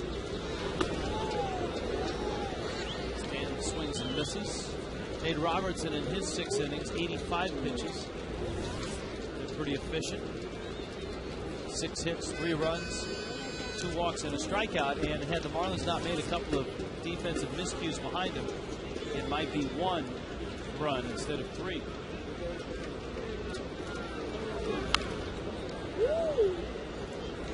Stanton fouls it back. 2-2.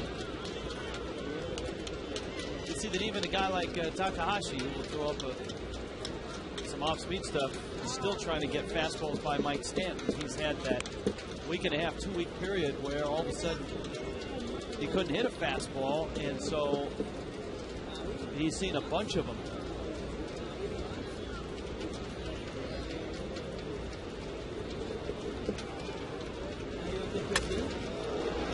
Breaks his bat and hits a fly ball out to center field. Don makes the catch. Our Coors Light freeze can. Tonight from San Juan. Freeze it. Hanley trying to make the throw, but instead he kicks it. That is, I guess, the epitome of kicking a ground ball. That was one of the mistakes behind Nate Robertson, even though that was actually ruled a base hit. It could have been ruled an error because the ball was hit pretty well, but it wasn't scorched. You know, bottom line, if Hanley's feet are in a little better position, if he's able, then he has more balance and he doesn't go on his backside. But as we documented and as we talked about, we saw Reyes and some of the Mets struggle with their footing last night on the turf.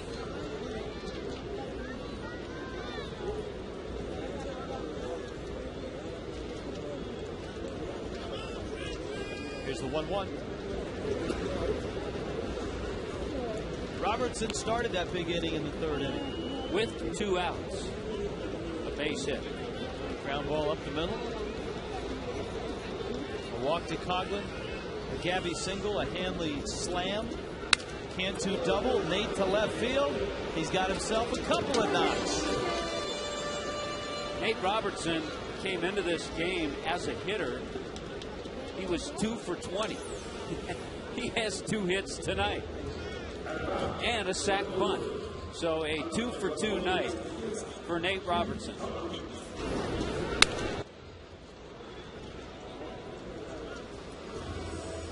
That's going to bring Coughlin up. Who knows? Maybe that'll ignite another 2-out rally. Well, remember last night, Ricky Nolasco was 1 for 2 with that double right center field.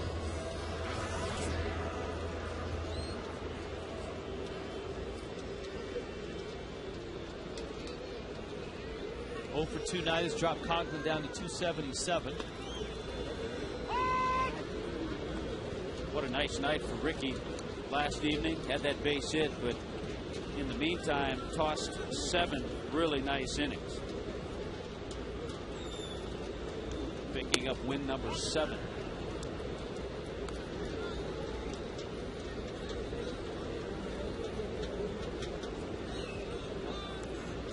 And defeating R.A. Dickey, which is an accomplishment for the Marlins and anybody. First loss for Dickey this year. How the emails come? They're good. I kind of You're kind of keeping them to yourself, though. Well, I'm multitasking. I can't just read them right away because... And you're trying to text Niner. There's a liner down the left field line. That's a fair ball, and into the corner it goes. Robertson to third. Coughlin has himself a double.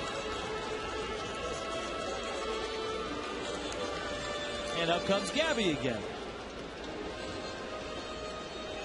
Right, Chris has a way against those lefties to stay back and try to slice that ball the other way.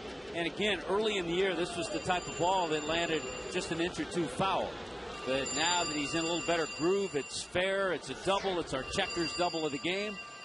And it's also going to chase Takahashi out of the game.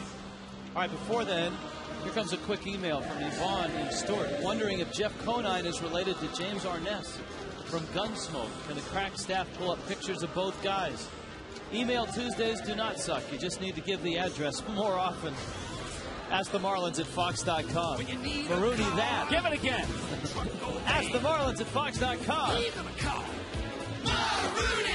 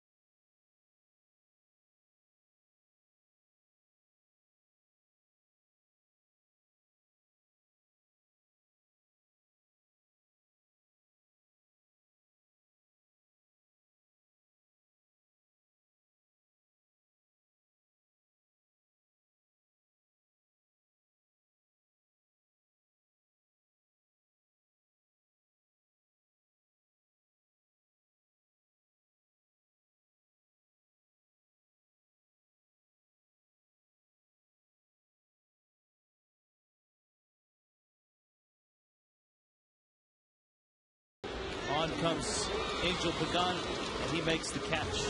And the Marlins are done. He in the sixth. One pitch. Got the job done.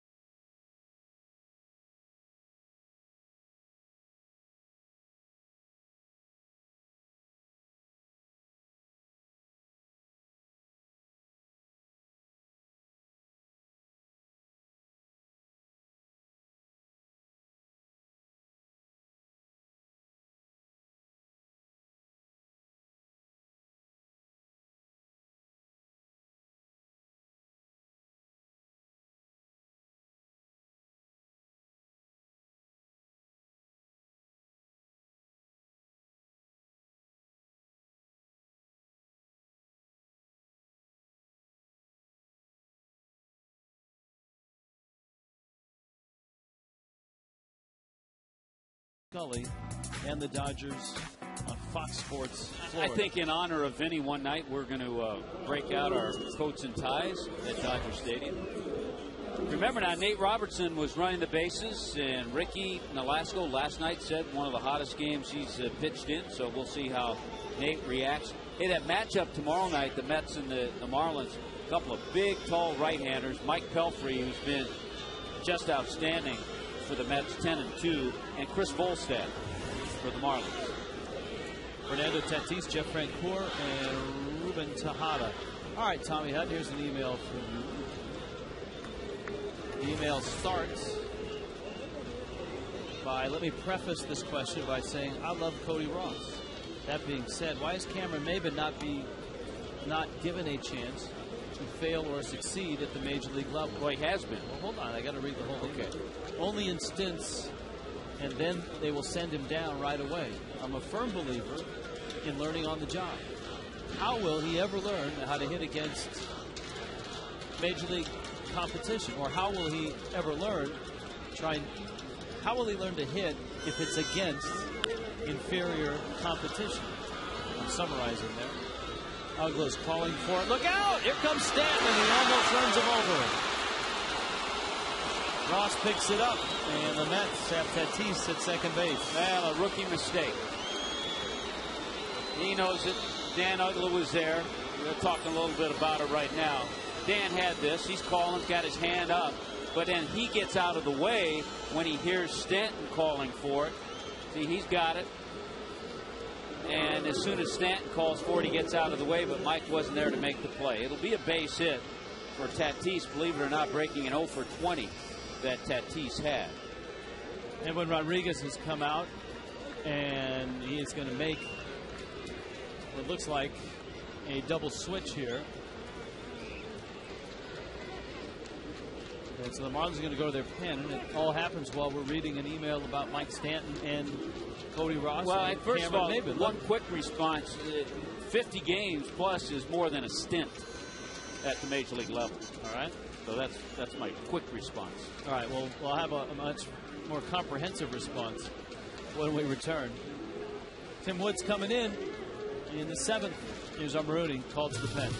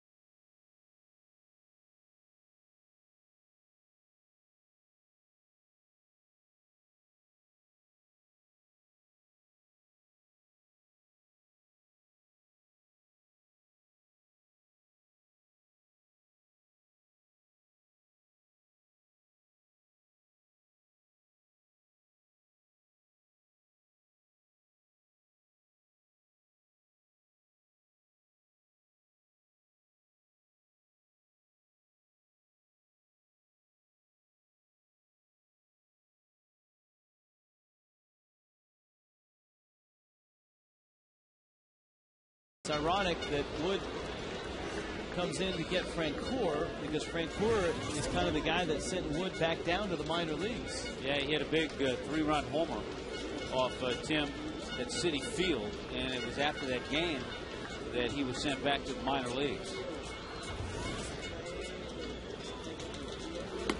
I'm sure there are a few at home that are saying to themselves, well, why take Gabby out in this double switch and leave Cantu in, that's because Gabby made the last out of the 6th inning. And the Marlins are hoping that Wood can pitch multiple innings here. And I'm just thinking about it, when Wood gave up that home run and was sent back to AAA, he was sent back to pitch for Edwin Rodriguez.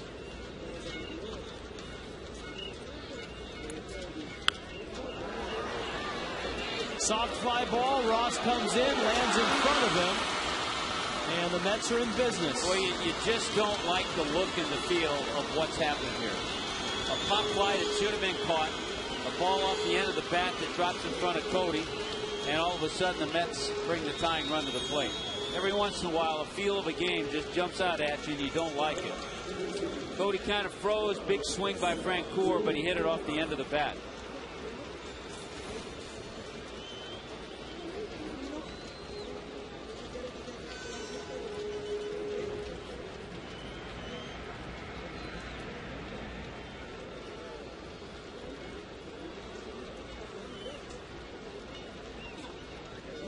So here's Ruben Tejada, and he is 2 for 2 in this ball game.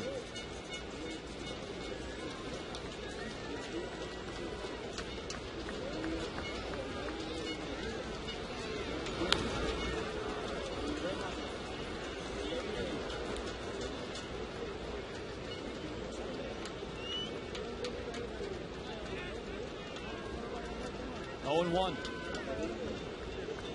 So neither ball hit hard. But the Mets are a swing away from tying it in a ballpark that has given up a bunch of homers the first 2 nights. That one's down near the Marlins bullpen.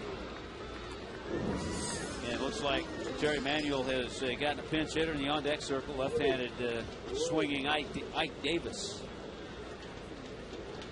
Taylor Tankersley is up in the Marlins pen.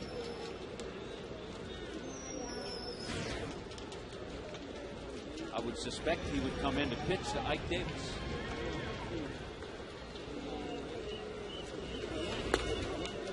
Might depend on what happens here. If Wood is able to get a ground ball and get a double play. Double play is a different story. Might be the only way. Yes, Tatis and Francoeur, I think you're right.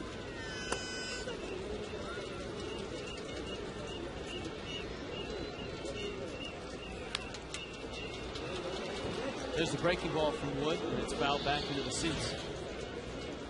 Yeah, if I recall, the pitch that Francoeur hit out was a flat slider. When Tim Wood gets through that breaking ball and follows it with a good release, he has a good slider, along with a 94-mile-an-hour fastball.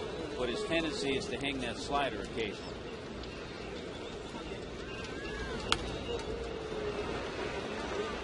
I hate quickly to get back to the Maven thing. It's just that Cameron has had opportunities, and everyone feels that eventually he will be a pretty good player, but he's not shown the 5 tools that everyone's talked about, and he needs to develop those tools.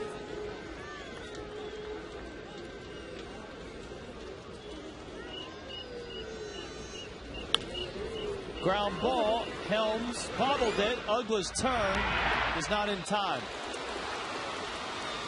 Tejada got out of the box pretty quickly, and once West couldn't find the handle, the double play was doomed. And now let's see if Tank does come in to face Davis. Yeah, without the bobble, the ball came up, got him a little bit in the heel of the glove. Good effort by Dan Uggla, who got a low throw from West. But if not for the bobble, I think much better chance to turn the double play.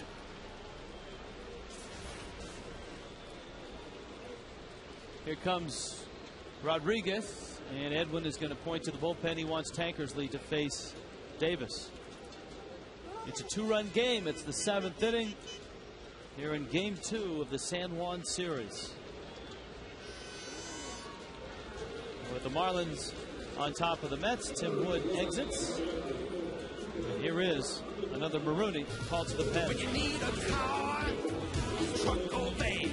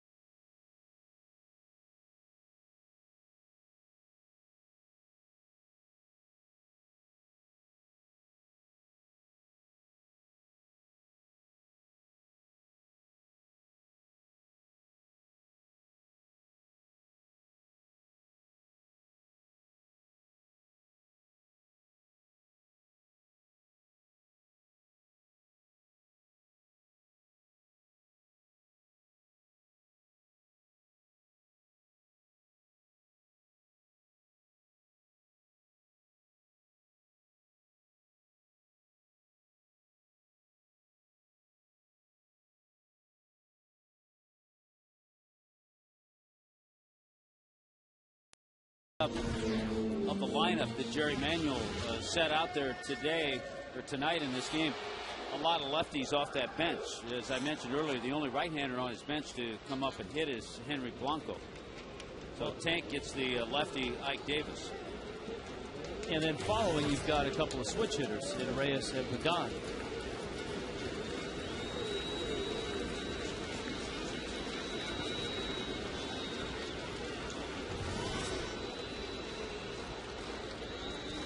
So it's lefty on lefty. Davis against Tank. Big swing and a miss. Yeah, I've heard different comparisons, and any young player that comes up has a little success. Everybody starts throwing out comparisons just a little bit. I've seen Ike Davis. The other left-handed bat that comes to mind is Adam LaRoche.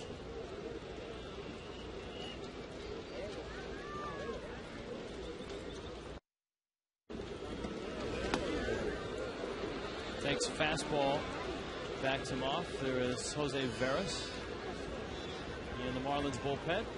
Ike Davis has played so much. This is his first career pinch hit appearance.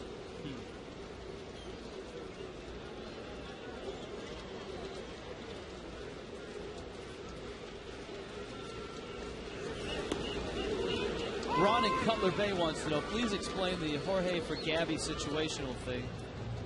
Fielding stats, throwing, batting. He doesn't get it. There's Bobby Parnell. I think it has to do with, I think early on it had to do with Gabby's fielding at first base, but as that has improved, a lot of times it has to do where in the lineup are you when you make that pitching change? A lot of it has to do with Cantu defensively at third base as well. Yes. You improve yourself by putting Helms out at third. I wouldn't be surprised if in the coming weeks you see the move just, here's the 1-2. Big swing and a miss. Just Helms for Cantu and leave Gabby at first as Davis strikes out. But the fact that Gabby just hit and you want to put the pitcher as far away as you can.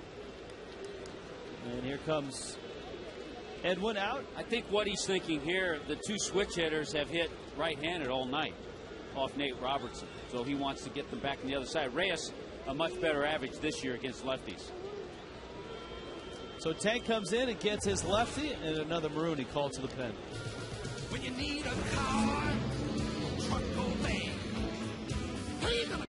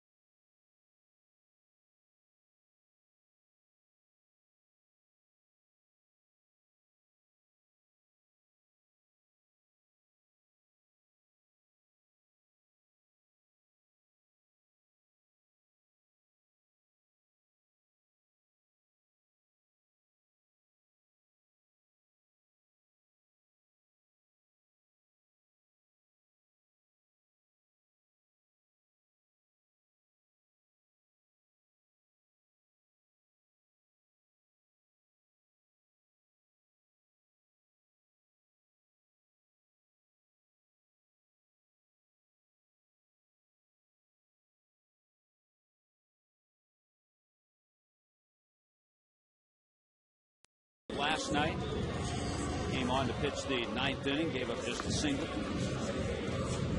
And again, a pitcher that Edwin Rodriguez is familiar with, pitching for Edwin in AAA, New Orleans.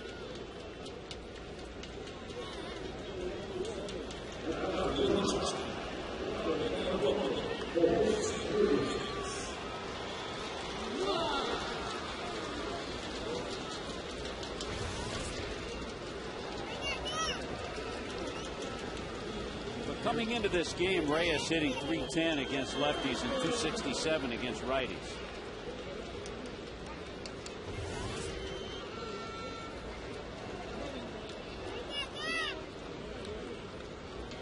Tejada's the runner at first. Reyes hits a fly ball down the right field line, and it's fouling out of play. Do you want to weigh in, because we're getting a lot of emails on the whole Gabby Cantu switch? You want to throw your 2 cents in there on that? You agree with me? I think in that case, agree or not, it's not to allow the pitcher to give you 2 innings. A lot of times you'll make a double switch so you can get a little more out of your pitcher, but it's at the point in time of the game where that's not the thought. You eliminate that right off the bat. You're not expecting Tim Wood to pitch 2 or 3 innings. Right, but don't you want to give yourself enough flexibility, whereas, say Veras finishes this inning, and the Marlins send 7 guys to the plate next inning, don't you want the flexibility that you can bring Veras back to start the 8th? No, I think that's out of the mix at this point of the game. I think the key is sometimes a manager wants to be able to decide who hits, who's going to pinch hit. But with Wes Helms, it really doesn't matter. You know you're going to have Wes coming up.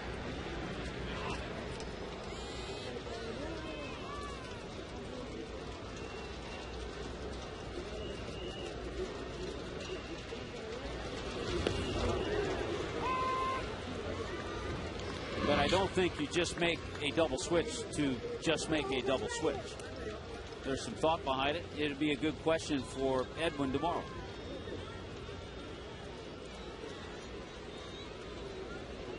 Reyes tripled in the 3rd. He is 1 for 3. Veras over to first.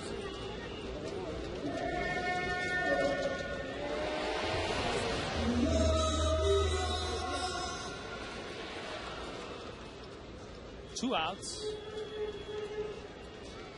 A run in. Veras, the 3rd reliever to work this inning. The 4th Marlin pitcher to work this inning. Of course, it was Nate Robertson who started the inning. Tim Wood. Then Tank, who struck out Davis. And now Veras and Reyes. And it all started on a pop-up that Uggla was camped under. Stanton called him off and couldn't make the catch. It was ruled a double. Reyes pops it up. A lot of foul territory. Cantu and Paulino. And Ronnie comes to a skidding halt on the artificial warning track. Boy, that's tough stuff down there. If that's dirt, you slide. And you have a much nicer landing. But he's trying to stick it. Oh, and that's an injury waiting to happen. That's what happens on that rubberized turf. And we see it on a few other fields as well. The Sun Life Stadium has got the kind of the rubber mat. I think it's a little more skiddable. But thankfully, Ronnie's all right.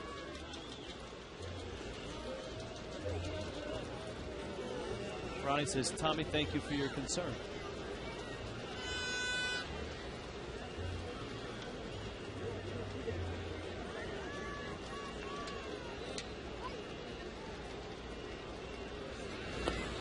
Struck him out. Jose Veras punches out Jose Reyes.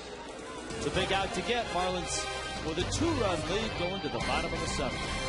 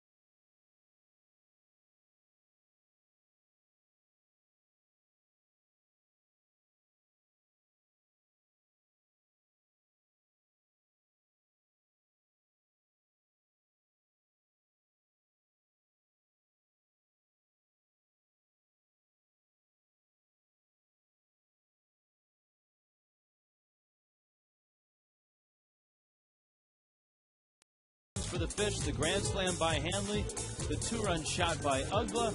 7th inning stretch here in San Juan. We check in with Craig Minervini. Craig? Rich, you know it's a big series when Major League Baseball sends some of their key people here, like the authenticators. Howard Shelton is one of them. These two gentlemen during the game are actually recording game balls, cracked bats, bases. Howard, why do you do all that? Well, what we're doing for the 3-game series here, we're collecting all the game-used bases, game-used baseballs that come off the field. For the 3-game series here, as well as all the games during the Major League season, we have authenticators at the ballpark collecting items. But this one they sent from the commissioner's office because of the nature of the series, special series in Puerto Rico. What is done with these? I mean, you have things, I'm looking at this list. Foul to screen, cracked. We have a cracked bat here. Show us the bat. This is what we do is we attach a hologram to all the items, a tamper-proof hologram, and it tells a story. This is Nate Robinson's cracked bat, and what we're allowed to do is more or less tell the story that Nate Robinson batted at the bottom of the 6th, cracked his bat, and we can record that history. You got a hit too? 2 hits. A hit too, that's right. That's right. But in the World Series, obviously, these things, they've charity items, teams like these items, and the authentication gives it proof that they were used. Absolutely. What we're doing is really recording history. That's the nature of the program. That's why we're here at every game, all 2,430 games. You guys did a great job. Thanks for your time. Thank you. Thanks for having me. All right, guys, there it is. The cracked bat official. Back to you. Boy, that is the official crack staff. That staff is a lot more than ours is cracked up to be. By the way, Rich, as long as we're on the lines of double switches, how about Jerry Manuel? His obviously just to help a little defense, but his double switch brings the pitcher closer to hit because he brings in Bobby Parnell, who will hit in Tatis's spot.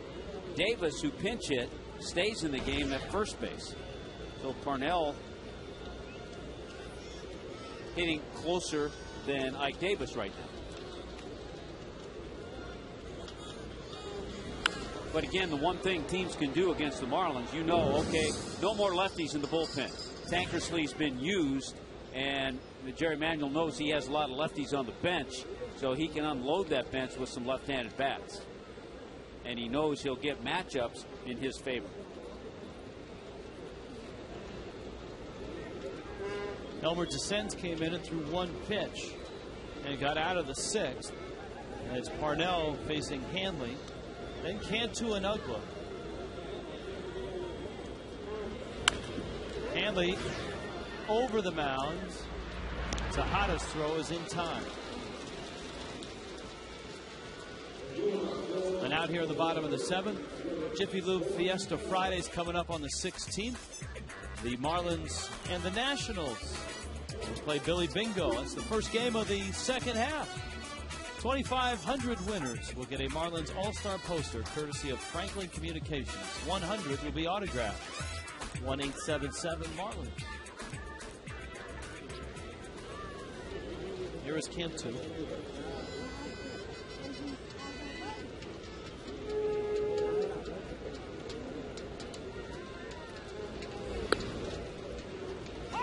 And Parnell throws a strike.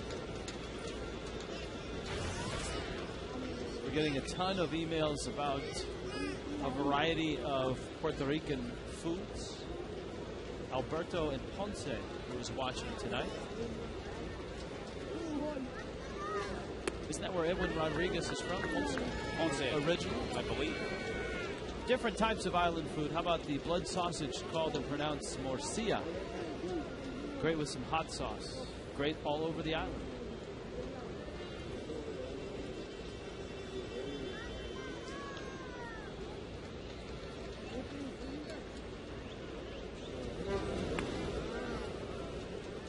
Zach in Miami Beach. With Logan Morrison playing left field for the last 3 weeks, it looks like the Marlins will be keeping both Logan and Gabby for the near future.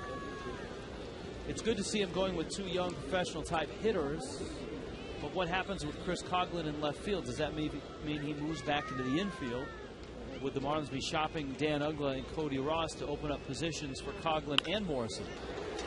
Cantu lines it into right field. Good to see Jorge swinging the bat pretty well tonight. He's got 2 hits. Yeah, both hits the other way, the double to right center. No, I wouldn't rule that out.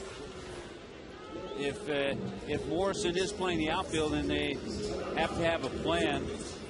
And who knows? It could be a Dan Uggla, Cody Ross, could be a Jorge Cantu. But it would be predicated on moving Chris Coughlin from left field back into the infield, where he played in college. Be it third base or second base. That's where, when we talk about, you know, the major league staff, here's Dan Uggla. And Edwin Rodriguez will be the Marlins manager for the rest of the year. That was announced as the ball game began in this one. As you assemble a major league staff, if that indeed is true, if Coughlin is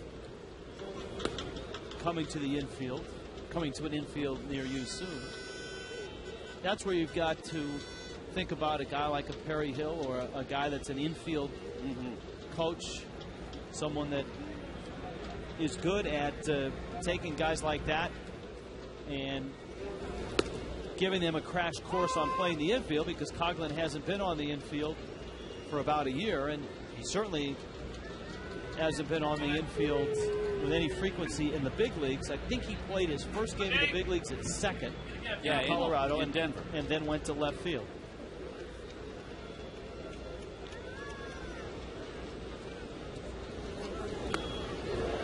Uggla swings and misses. So Dan goes down. He's got a two-run homer tonight, and that's it. Our Coors Light cold hard blast. This was Uggla's shot to left. That two-run homer followed Hanley's grand slam. Cantu had doubled right before him. And those are the 6 runs that the Marlins have. And I think that topic, Rich, is kind of putting the cart ahead of the horse at this point. So we'll just wait and see.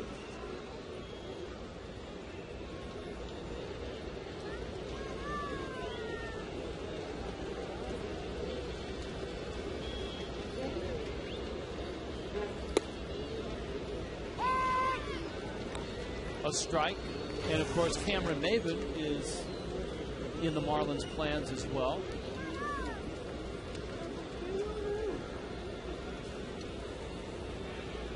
I mean, down the road, would I be surprised to see a Logan Morrison, Cameron Maven, Mike Stanton outfield? No.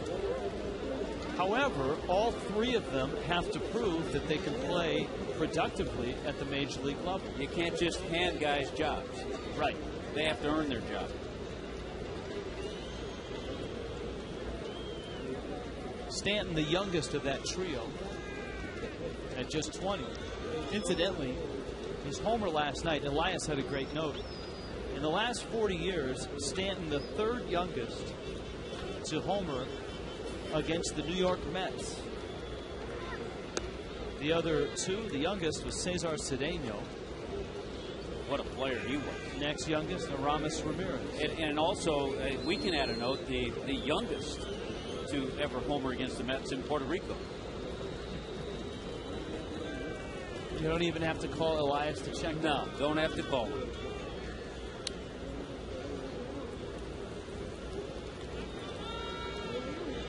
Cesar Cedeno was one of those 5-tool players around when that wasn't a term, 5-tool.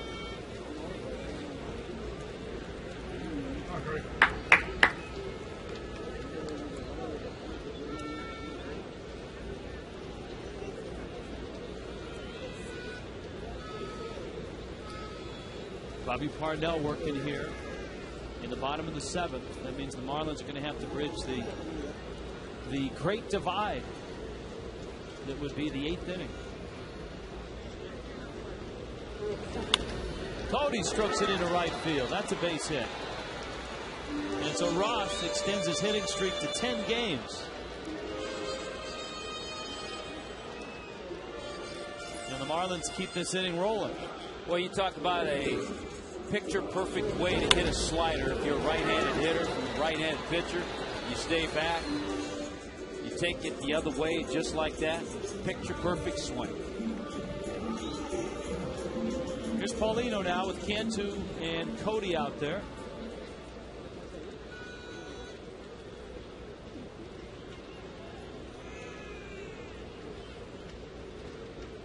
Rich and Tommy, can you make an approximation of what is the percentage of Marlins versus Met fans in attendance at the ballpark? That's from Zulma, who also has a great recipe for alcapuria. Ooh. I would say, correct me, you may have 70-30, 60-40. You know, I would go 60-40, and I think a lot 60-40 Mets.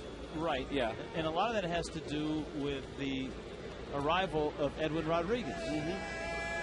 This place has really been buzzing about the first Puerto Rican born manager in baseball history.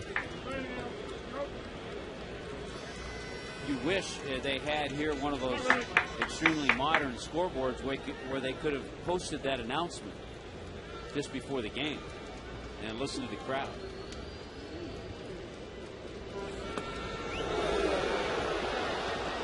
Well, the 60% of Met fans felt that was a strike. They wanted that 97-mile-an-hour fastball of Bobby Parnell to be a strike, and it was very close. It just caught that line. Part of that bullpen that's done a pretty good job for the Mets. A very good job. The Marlins actually made a dent in a couple of streaks that the Mets had going coming into last night's game. The Mets had gone 8 consecutive games without an error. Reyes made one last night. And the bullpen had gone 26 1/3 and given up just 1 run. And the Marlins touched the pen up last night for 5 runs. 2-2. Paulino tops it, and Parnell flips it on over to Davis in time. Marlins bullpen going to have to get it done tonight. 6-4. Fish.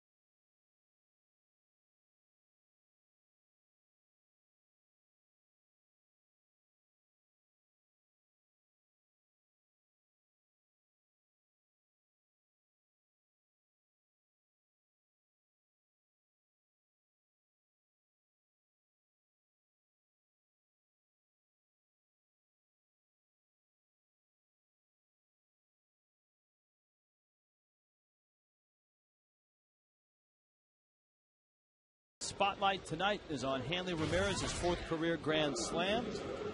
A big blow in the 3rd erased a 3-0 Met lead. The Marlins added on with an Uggla 2-run homer. The Mets got a run in the 7th, and it is 6-4. And Jerry Manuel having to pinch hit Jesus Feliciano for Angel Pagan.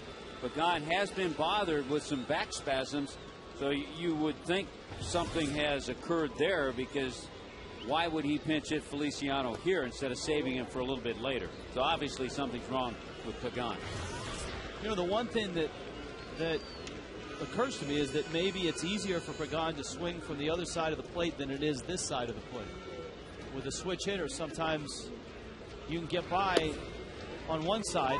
I think it's the right side. It's the right side where he's had the muscle spasms. But remember, Manuel has one extra player on the bench because the Mets are carrying just 11 in their pitching, or rather in their bullpen and in their rotation. So he has 11 pitchers total is what I mangled as I tried to. I knew what you were talking about. State that. He has Josh Tolley, Alex Cora, Chris Carter, and Henry Blanco still left.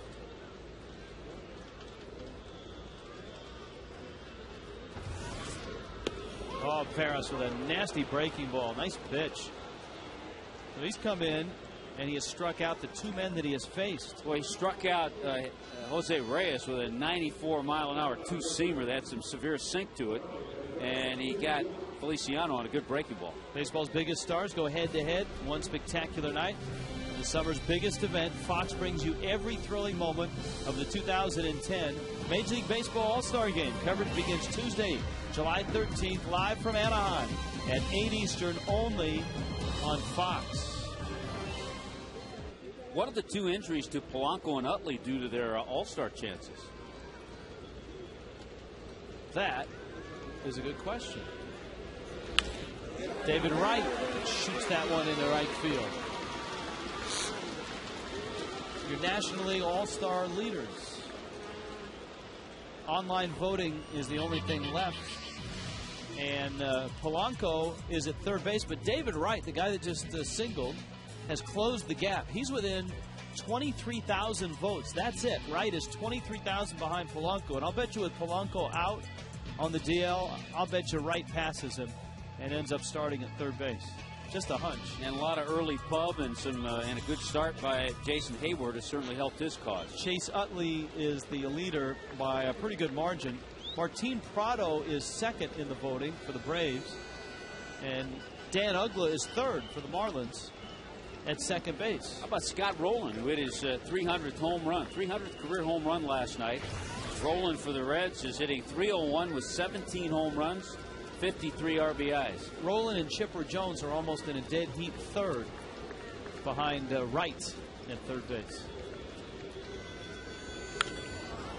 Jason Bay pop-up.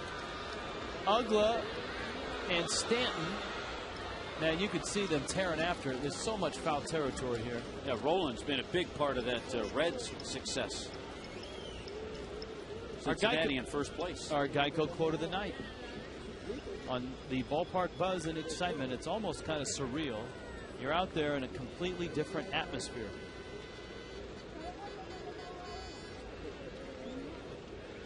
And that was the consensus in both clubhouses. The action in the stands, although, Tommy, we were happy to report that no vuvuzelas were used in the making of last night's telecast. No, they've had the, what do they call those thundersticks. Thundersticks. A lot of thundersticks. A lot of bands playing, a lot of music in the ballpark. I haven't heard the band. I don't think they start till 10. They cranked it up in the seventh inning last night, right outside the ballpark.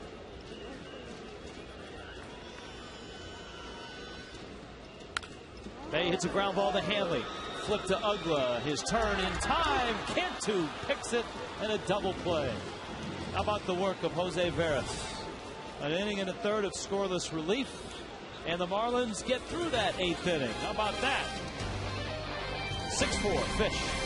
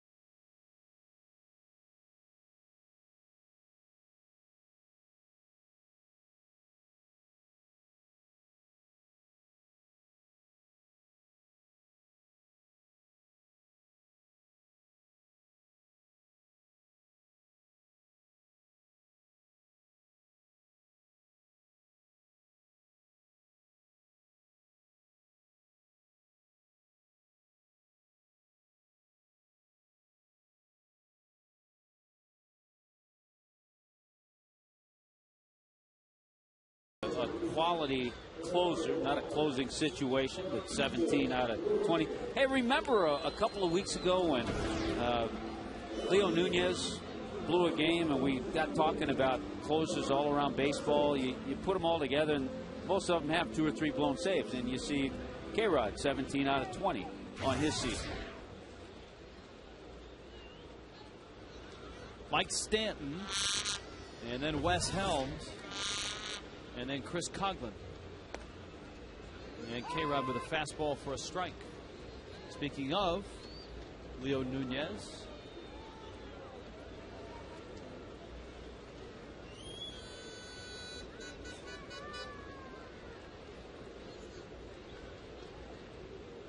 yeah, Leo will get Barajas, a pinch hitter, and then Frank Coor.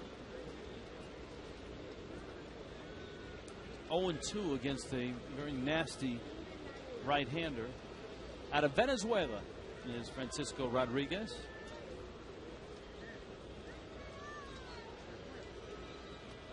Were you surprised that, as I was at the note in the Mets note, the fact that in Major League Baseball there aren't as many Puerto Rican players? Totally blew me away. 25 current major leaguers were born in Puerto Rico. That's it. Just 25. I would have guessed twice that. And the Mets have 5. The Mets do have 5 of them. Stanton swings and misses. The Marlins don't have a Puerto Rican born player, but Mike Stanton is a quarter Puerto Rican. Stanton, when asked about his name is actually Giancarlo Cruz Michael Stanton. I think a couple of guys on the team call him Giancarlo. And Stanton explained that he's a quarter Puerto Rican, a quarter black, and half Irish. And he said his parents like Italy, and they like Italian names, and so they dropped the Giancarlo on him, an Italian first name.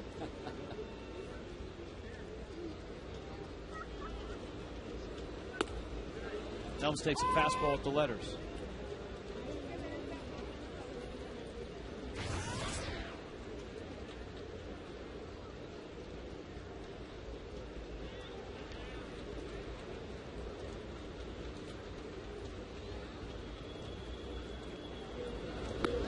Breaking ball is a strike. We'll clean up our email bag. Bailey in Cooper City. My son would like to know why there is a San Juan series and not a Paris series. Mm-hmm. That'd be a little longer trip. I'd sign up. A different menu. I'd sign up. I'll go.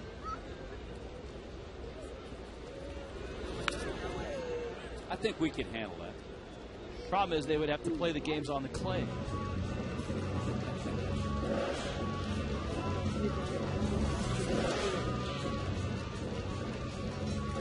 Dana and Palm Air are trying to get the Cantu Cam on Marlins.com. It's actually on FoxSportsFlorida.com, not Marlins.com. That's why you can't get it.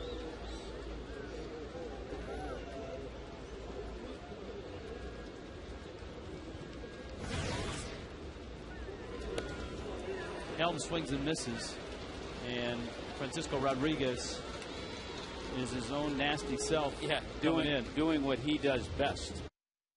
Looking at a few scores, we haven't checked too many of them, but everybody's picked to be somewhere before the trading deadline pitched another good game. Cliff Lee and the Mariners beating the Yankees tonight.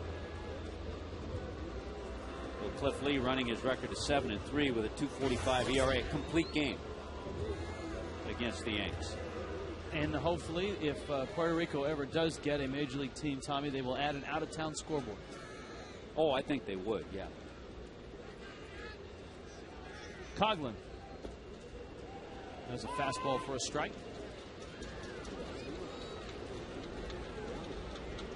Yeah, on email Tuesdays, the scoreboard usually suffers.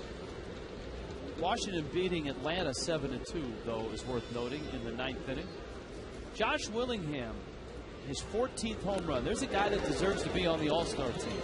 There's a guy who has better numbers than Jason Hayward. Absolutely. And Jason Hayward's 20, and he's going to make a lot of All-Star games. Yeah. Actually, I read today where, you know, he even said, I don't know, I might, because he would just be coming off the disabled list, I might be playing or want to play in some rehab games to get ready for the second half of the season. But, you know, if he makes the team and it's voted in, he's going to be there.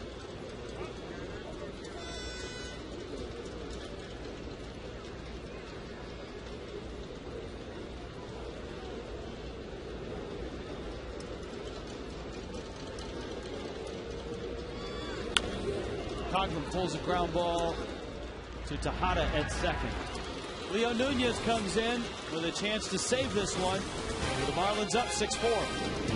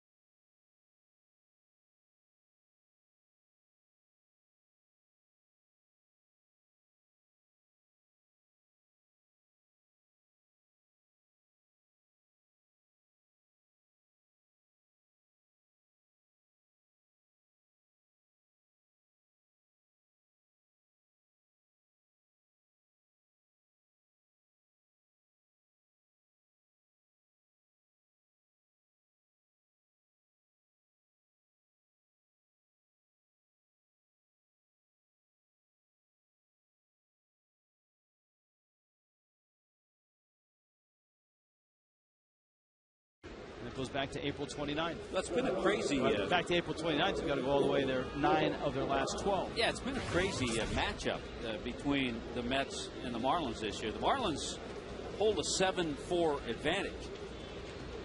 But the Mets swept the Fish up in New York in that series. The Marlins swept the Mets in that 4-game series at home. So it's actually an interesting trend that the Marlins, with a win tonight, will have won 8 of 12 against the Mets. And if you think about it, tomorrow night will be the 13th game against the Mets. They'll only have 5 games against the Mets the second half of the season. 2 at home and then 3 up in New York. And we've only had 1 series against the Braves. And we go to Atlanta, so we'll see Atlanta in that series. I think some of the odd numbers in terms of the Mets in South Florida or the Marlins winning either in South Florida or winning here just has to do with the fact that the Mets are a very good home team this year and a bad road team wherever they play. Coghlan picks it up. Holding at first is Barajas. And Leo Nunez gives up a single, and that means the Mets are going to bring up the tying run to the plate. It looks like Chris Carter is going to pinch hit. That's right. Anytime they get a base runner, all of a sudden that tying run comes to the plate.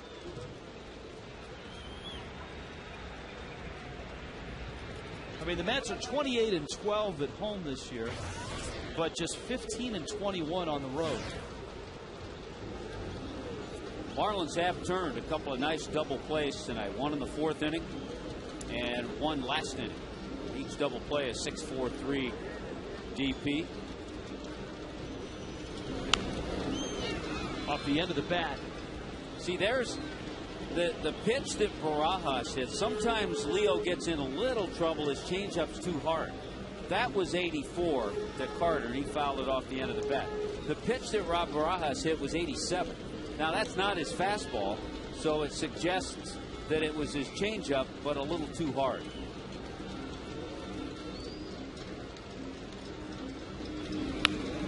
Carter got up the end of the bat. Stanton in full flight, can't get it. Down he goes. Ball off the wall. Barajas racing for third. He'll be held there, and the Mets are in business. The tying run is in scoring position.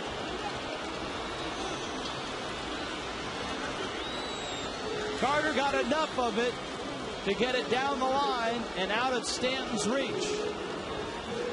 Chris Carter, one of those guys, just a flat-out hitting machine wherever he's been. There's another changeup. So a couple of changeups not real good that have been attacked by Met hitters, and they've hit them well.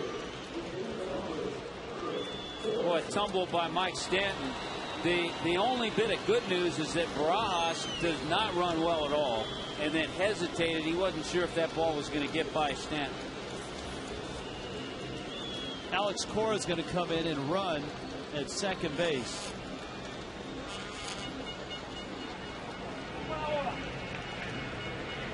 Randy St. Clair, Edwin Rodriguez. And so if Nunez is going to save this game, he's going to have to do it himself here. He's going to have to get Francoeur, Tejada, and then Davis. First it's Francoeur. Chopper over the middle. That's going to score a run. Uggla gets the out, and the Mets are within a run. Cora's at third. Well, now we'll see it. The Marlins are going to have to play that infield shallow and try to choke off the tying run. Great job by Francoeur. He did a couple of things. He got the run in, got the runner over to third with less than 2 out. So you could see that he was clearly trying to stay back and do that, and he accomplished a couple of things. See what the Mets do here, and I think they are going to pinch hit for Ruben Tejada. Josh Thole, the left-handed hitting catcher, is going to come out of the dugout, and he's going to pinch hit.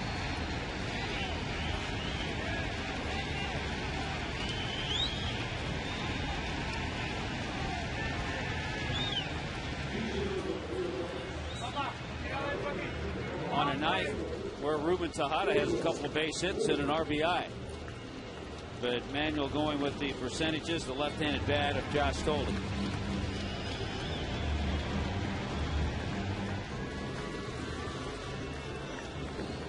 Now, here's the other thing. Playing in on this infield surface is a little bit tricky. You really don't have to come in as far as you would on a regular surface. You can take a step or two. I'm surprised the Marlins infield is in as far as they are. You can take a few steps behind that line.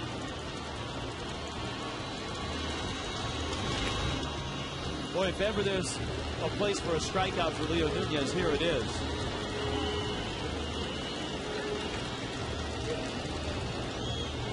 And you have the big left-handed bat of Mike Davis on deck.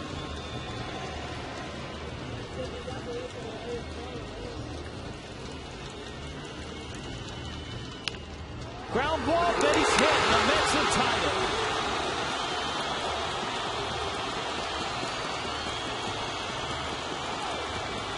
Thole comes through. I think it's more 70-30 right now. I think you're right.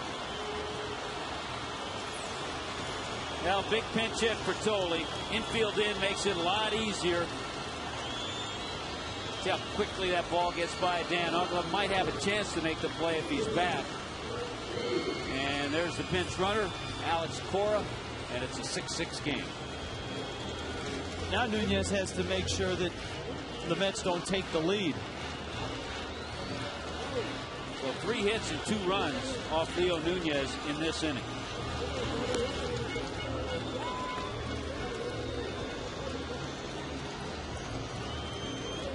The Marlins have gone pretty deep in their bullpen. Wood, Tankersley, Veras, and now Nunez.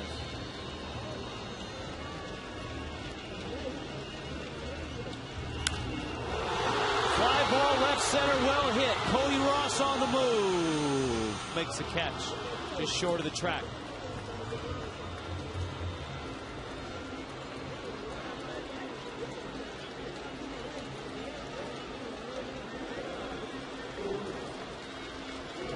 Here comes Reyes.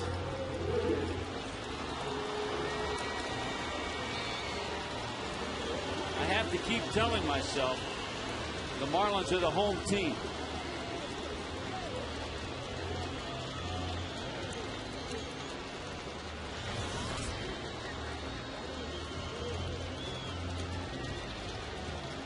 Reyes tripled, actually doubled in the third. And he went to third on the throw. The Marlins, by the way, will have a pinch hitter. I would imagine Bonifacio to start the inning. Then Hanley Ramirez, Cantu, and Uggla. Nunez throws that 94-mile-an-hour fastball by Reyes. He's got that power fastball, and at times, as you mentioned, sometimes the changeup's a little too hard. Yeah, because it's 89. Yes. It's an average fastball at that point.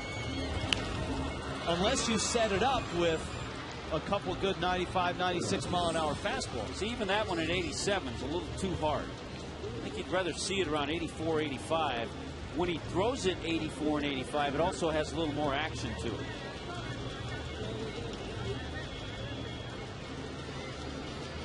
Pedro Feliciano getting ready. He has outstanding numbers. Mets bullpen has been a very nice contributor to this run by New York. It's close. It's Tim McClellan over there at first base.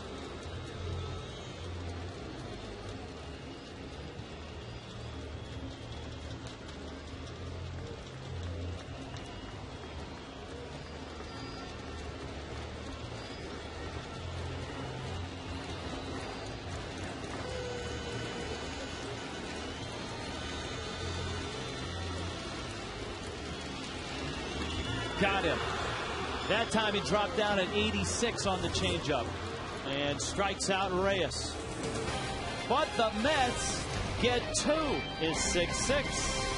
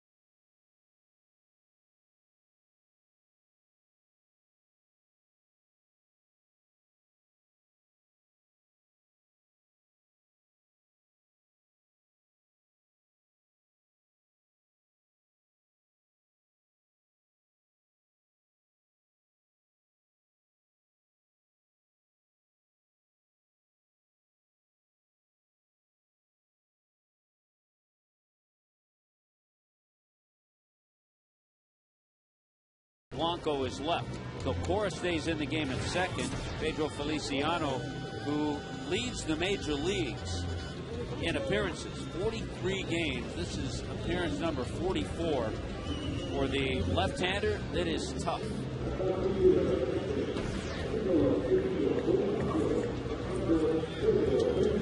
This is where the Marlins made that double switch. Gabby Sanchez's spot originally. And so it's Nunez's spot right now. Emilio Bonifacio takes a pitch outside from Feliciano. It's Bonifacio, then Hanley, and then Cantu.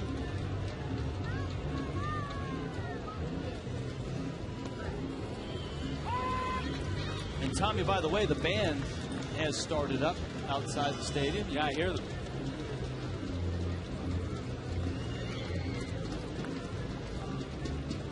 It has not been a great pitch hitting career.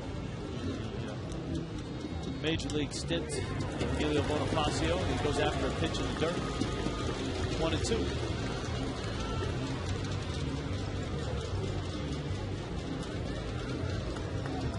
These are those situations where you, over the last couple of years, would have liked to have seen the improvement in Bonifacio in making contact. Hitting the ball on the ground, putting it in play, instead of doing just that. He's swinging like he's trying to hit a home run. He's a guy with speed who should get on base.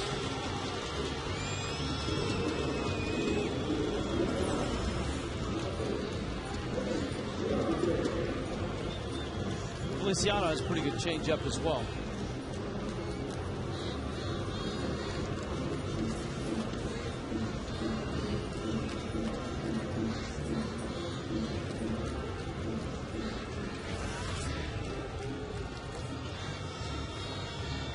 Hanley's grand slam was back in the third, and that's the only inning in which the Marlins have scored tonight.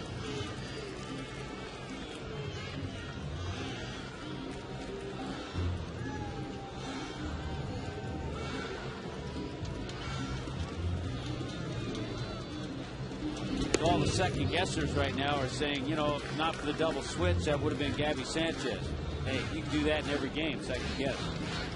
By the way, that Mets bullpen once again doing their job, putting zeros up. Elmer Descends, Bobby Parnell, Francisco Rodriguez, and now Pedro Feliciano. And the Marlins bullpen tonight got the tough part done, and that's the 7th and the 8th inning. Got it to the guy they wanted to. They got it to Leo Nunez, who blew the save in the 9th.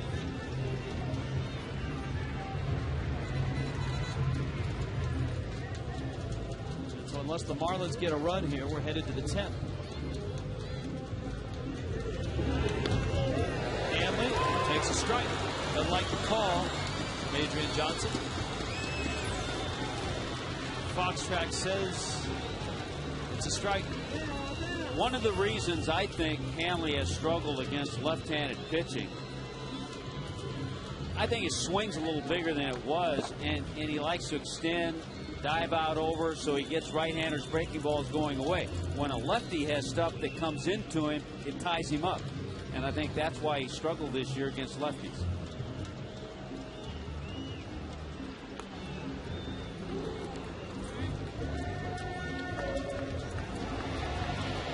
2-2. There are the splits for Hanley. 3 of his homers against lefties, including the home run in the 3rd inning. It was off of Hisanori Takahashi, who went 5 2/3 and was charged with all 6 runs. He gave up both homers, the Hanley homer, the Uggla homer.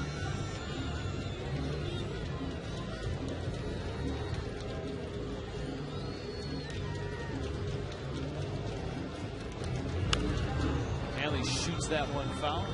You know, it's a little off center, but there's some blinking lights out beyond the center field wall. Looks like some sort of an emergency truck. It's not the best of the of hitting backgrounds, is it? Yeah, the truck's on the other side of that. And the umpires see it now. Yeah. Now they finally shut him off. All right. I think they were in sequence with the band. So strobe lights? Is it like strobe lights out there?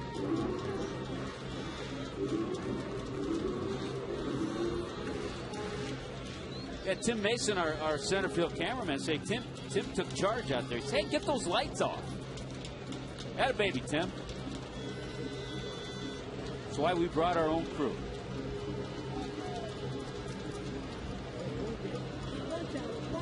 Feliciano, 2-2. And it's out.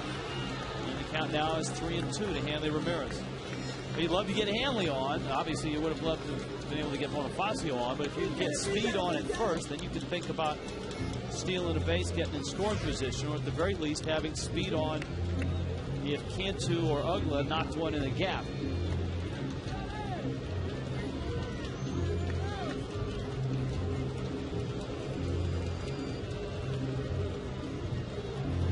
That is strike 3 call.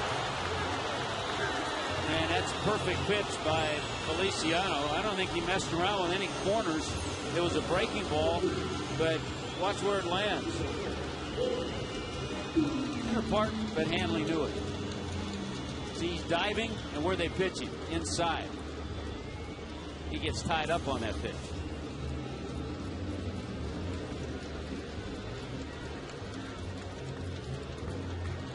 Cantu, a couple hits, a double and a single.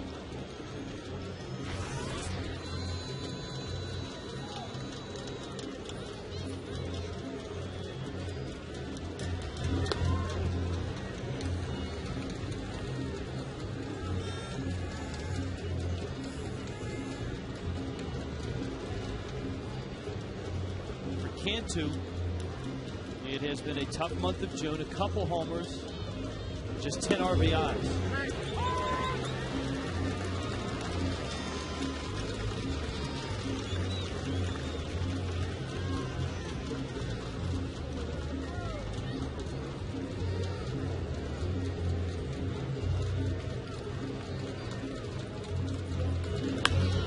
Drives that ball into right center field. That's extra bases. That's going to put him in scoring position. Cantu around first. Feliciano up with the ball, and Georgie pulls in at second base. How about the swings of Jorge Cantu tonight? 2 doubles to right center and a single to right field. 20 doubles now. Little mistake, too, by Feliciano. He hasn't made many. That breaking ball kind of stayed up and didn't bite inside, stayed out over the plate.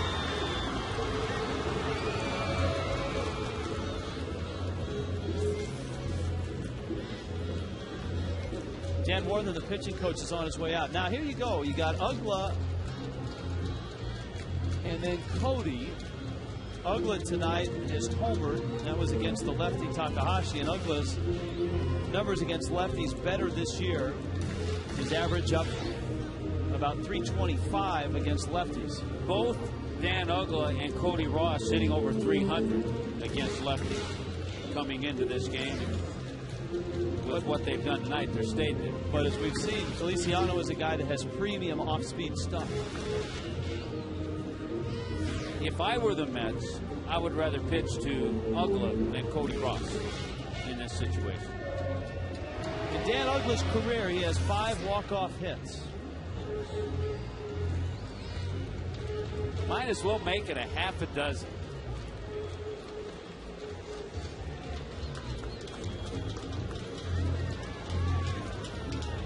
Remember, this is a fast outfield surface. And Cantu does not run that well. So a base hit, especially to right field, does not guarantee a run. You got Francoeur out there. The Marlins have the fewest wins in their last at-bat in the major leagues. Uggla ground ball, center field, base hit. Here comes Cantu. He's gonna score! Ball game! And one to the list. Uggs hit it just right. Didn't hit it too hard. Found a hole up the middle. Allowed Jorge Cantu to score a 2-out run.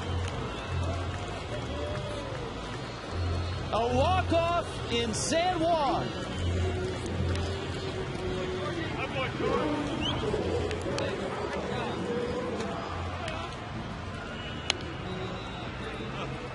his third RBI of the night. The Marlins blow the save,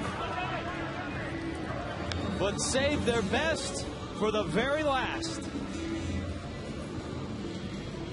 Off-speed pitch, he waited, he punched it to center, and Cantu, because there were 2 outs, was off at the crack of the bat and scores.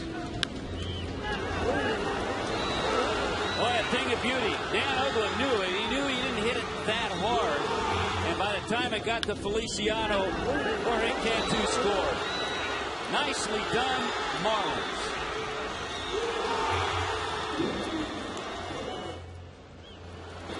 Let's go down below to Craig Minervini. Craig? Thanks, guys. With Dan Uggla, boy, it does get more exciting than a walk-off, huh? Yeah, it does. We haven't had too many of those this year, and you know, they came back in the 9th, put together some good ABs, and you know, we're just glad to get out of here with a win.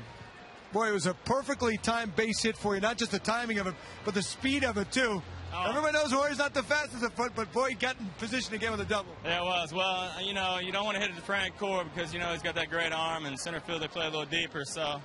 You know, I was lucky it got through it and hit it really well, but, you know, it got the job done. And the home run and Hanley's home run in that big inning for you guys. And I don't know if it's Puerto Rico, Dan, or what is it, the energy here, but it seems to have picked up for your ball club in this series. You knew you had to play very well to beat the Mets in this series, and you did it so far.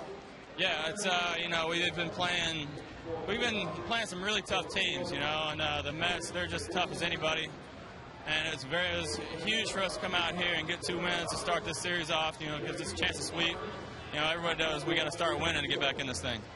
Boy, the big news before the game, we saw Jeffrey Loria with the ball club and announcing then that Edwin Rodriguez would be manager for the rest of the year. Was that settling for you? Was it important to hear that? It was. You know, we all, you know, have grown in the short time he's been here, have grown really fond of Edwin. And, you know, he's just a great guy, knows how to communicate, and I think he's going to fit in well with this ball club. You know, I think he's going to fill in for Freddie like really nice. So, you know, that said, we're going to miss Freddie, but it's nice to have an established manager, and you know, we're looking forward to playing for him. Hey, Danny, in your home run, nice line drive shot there for you.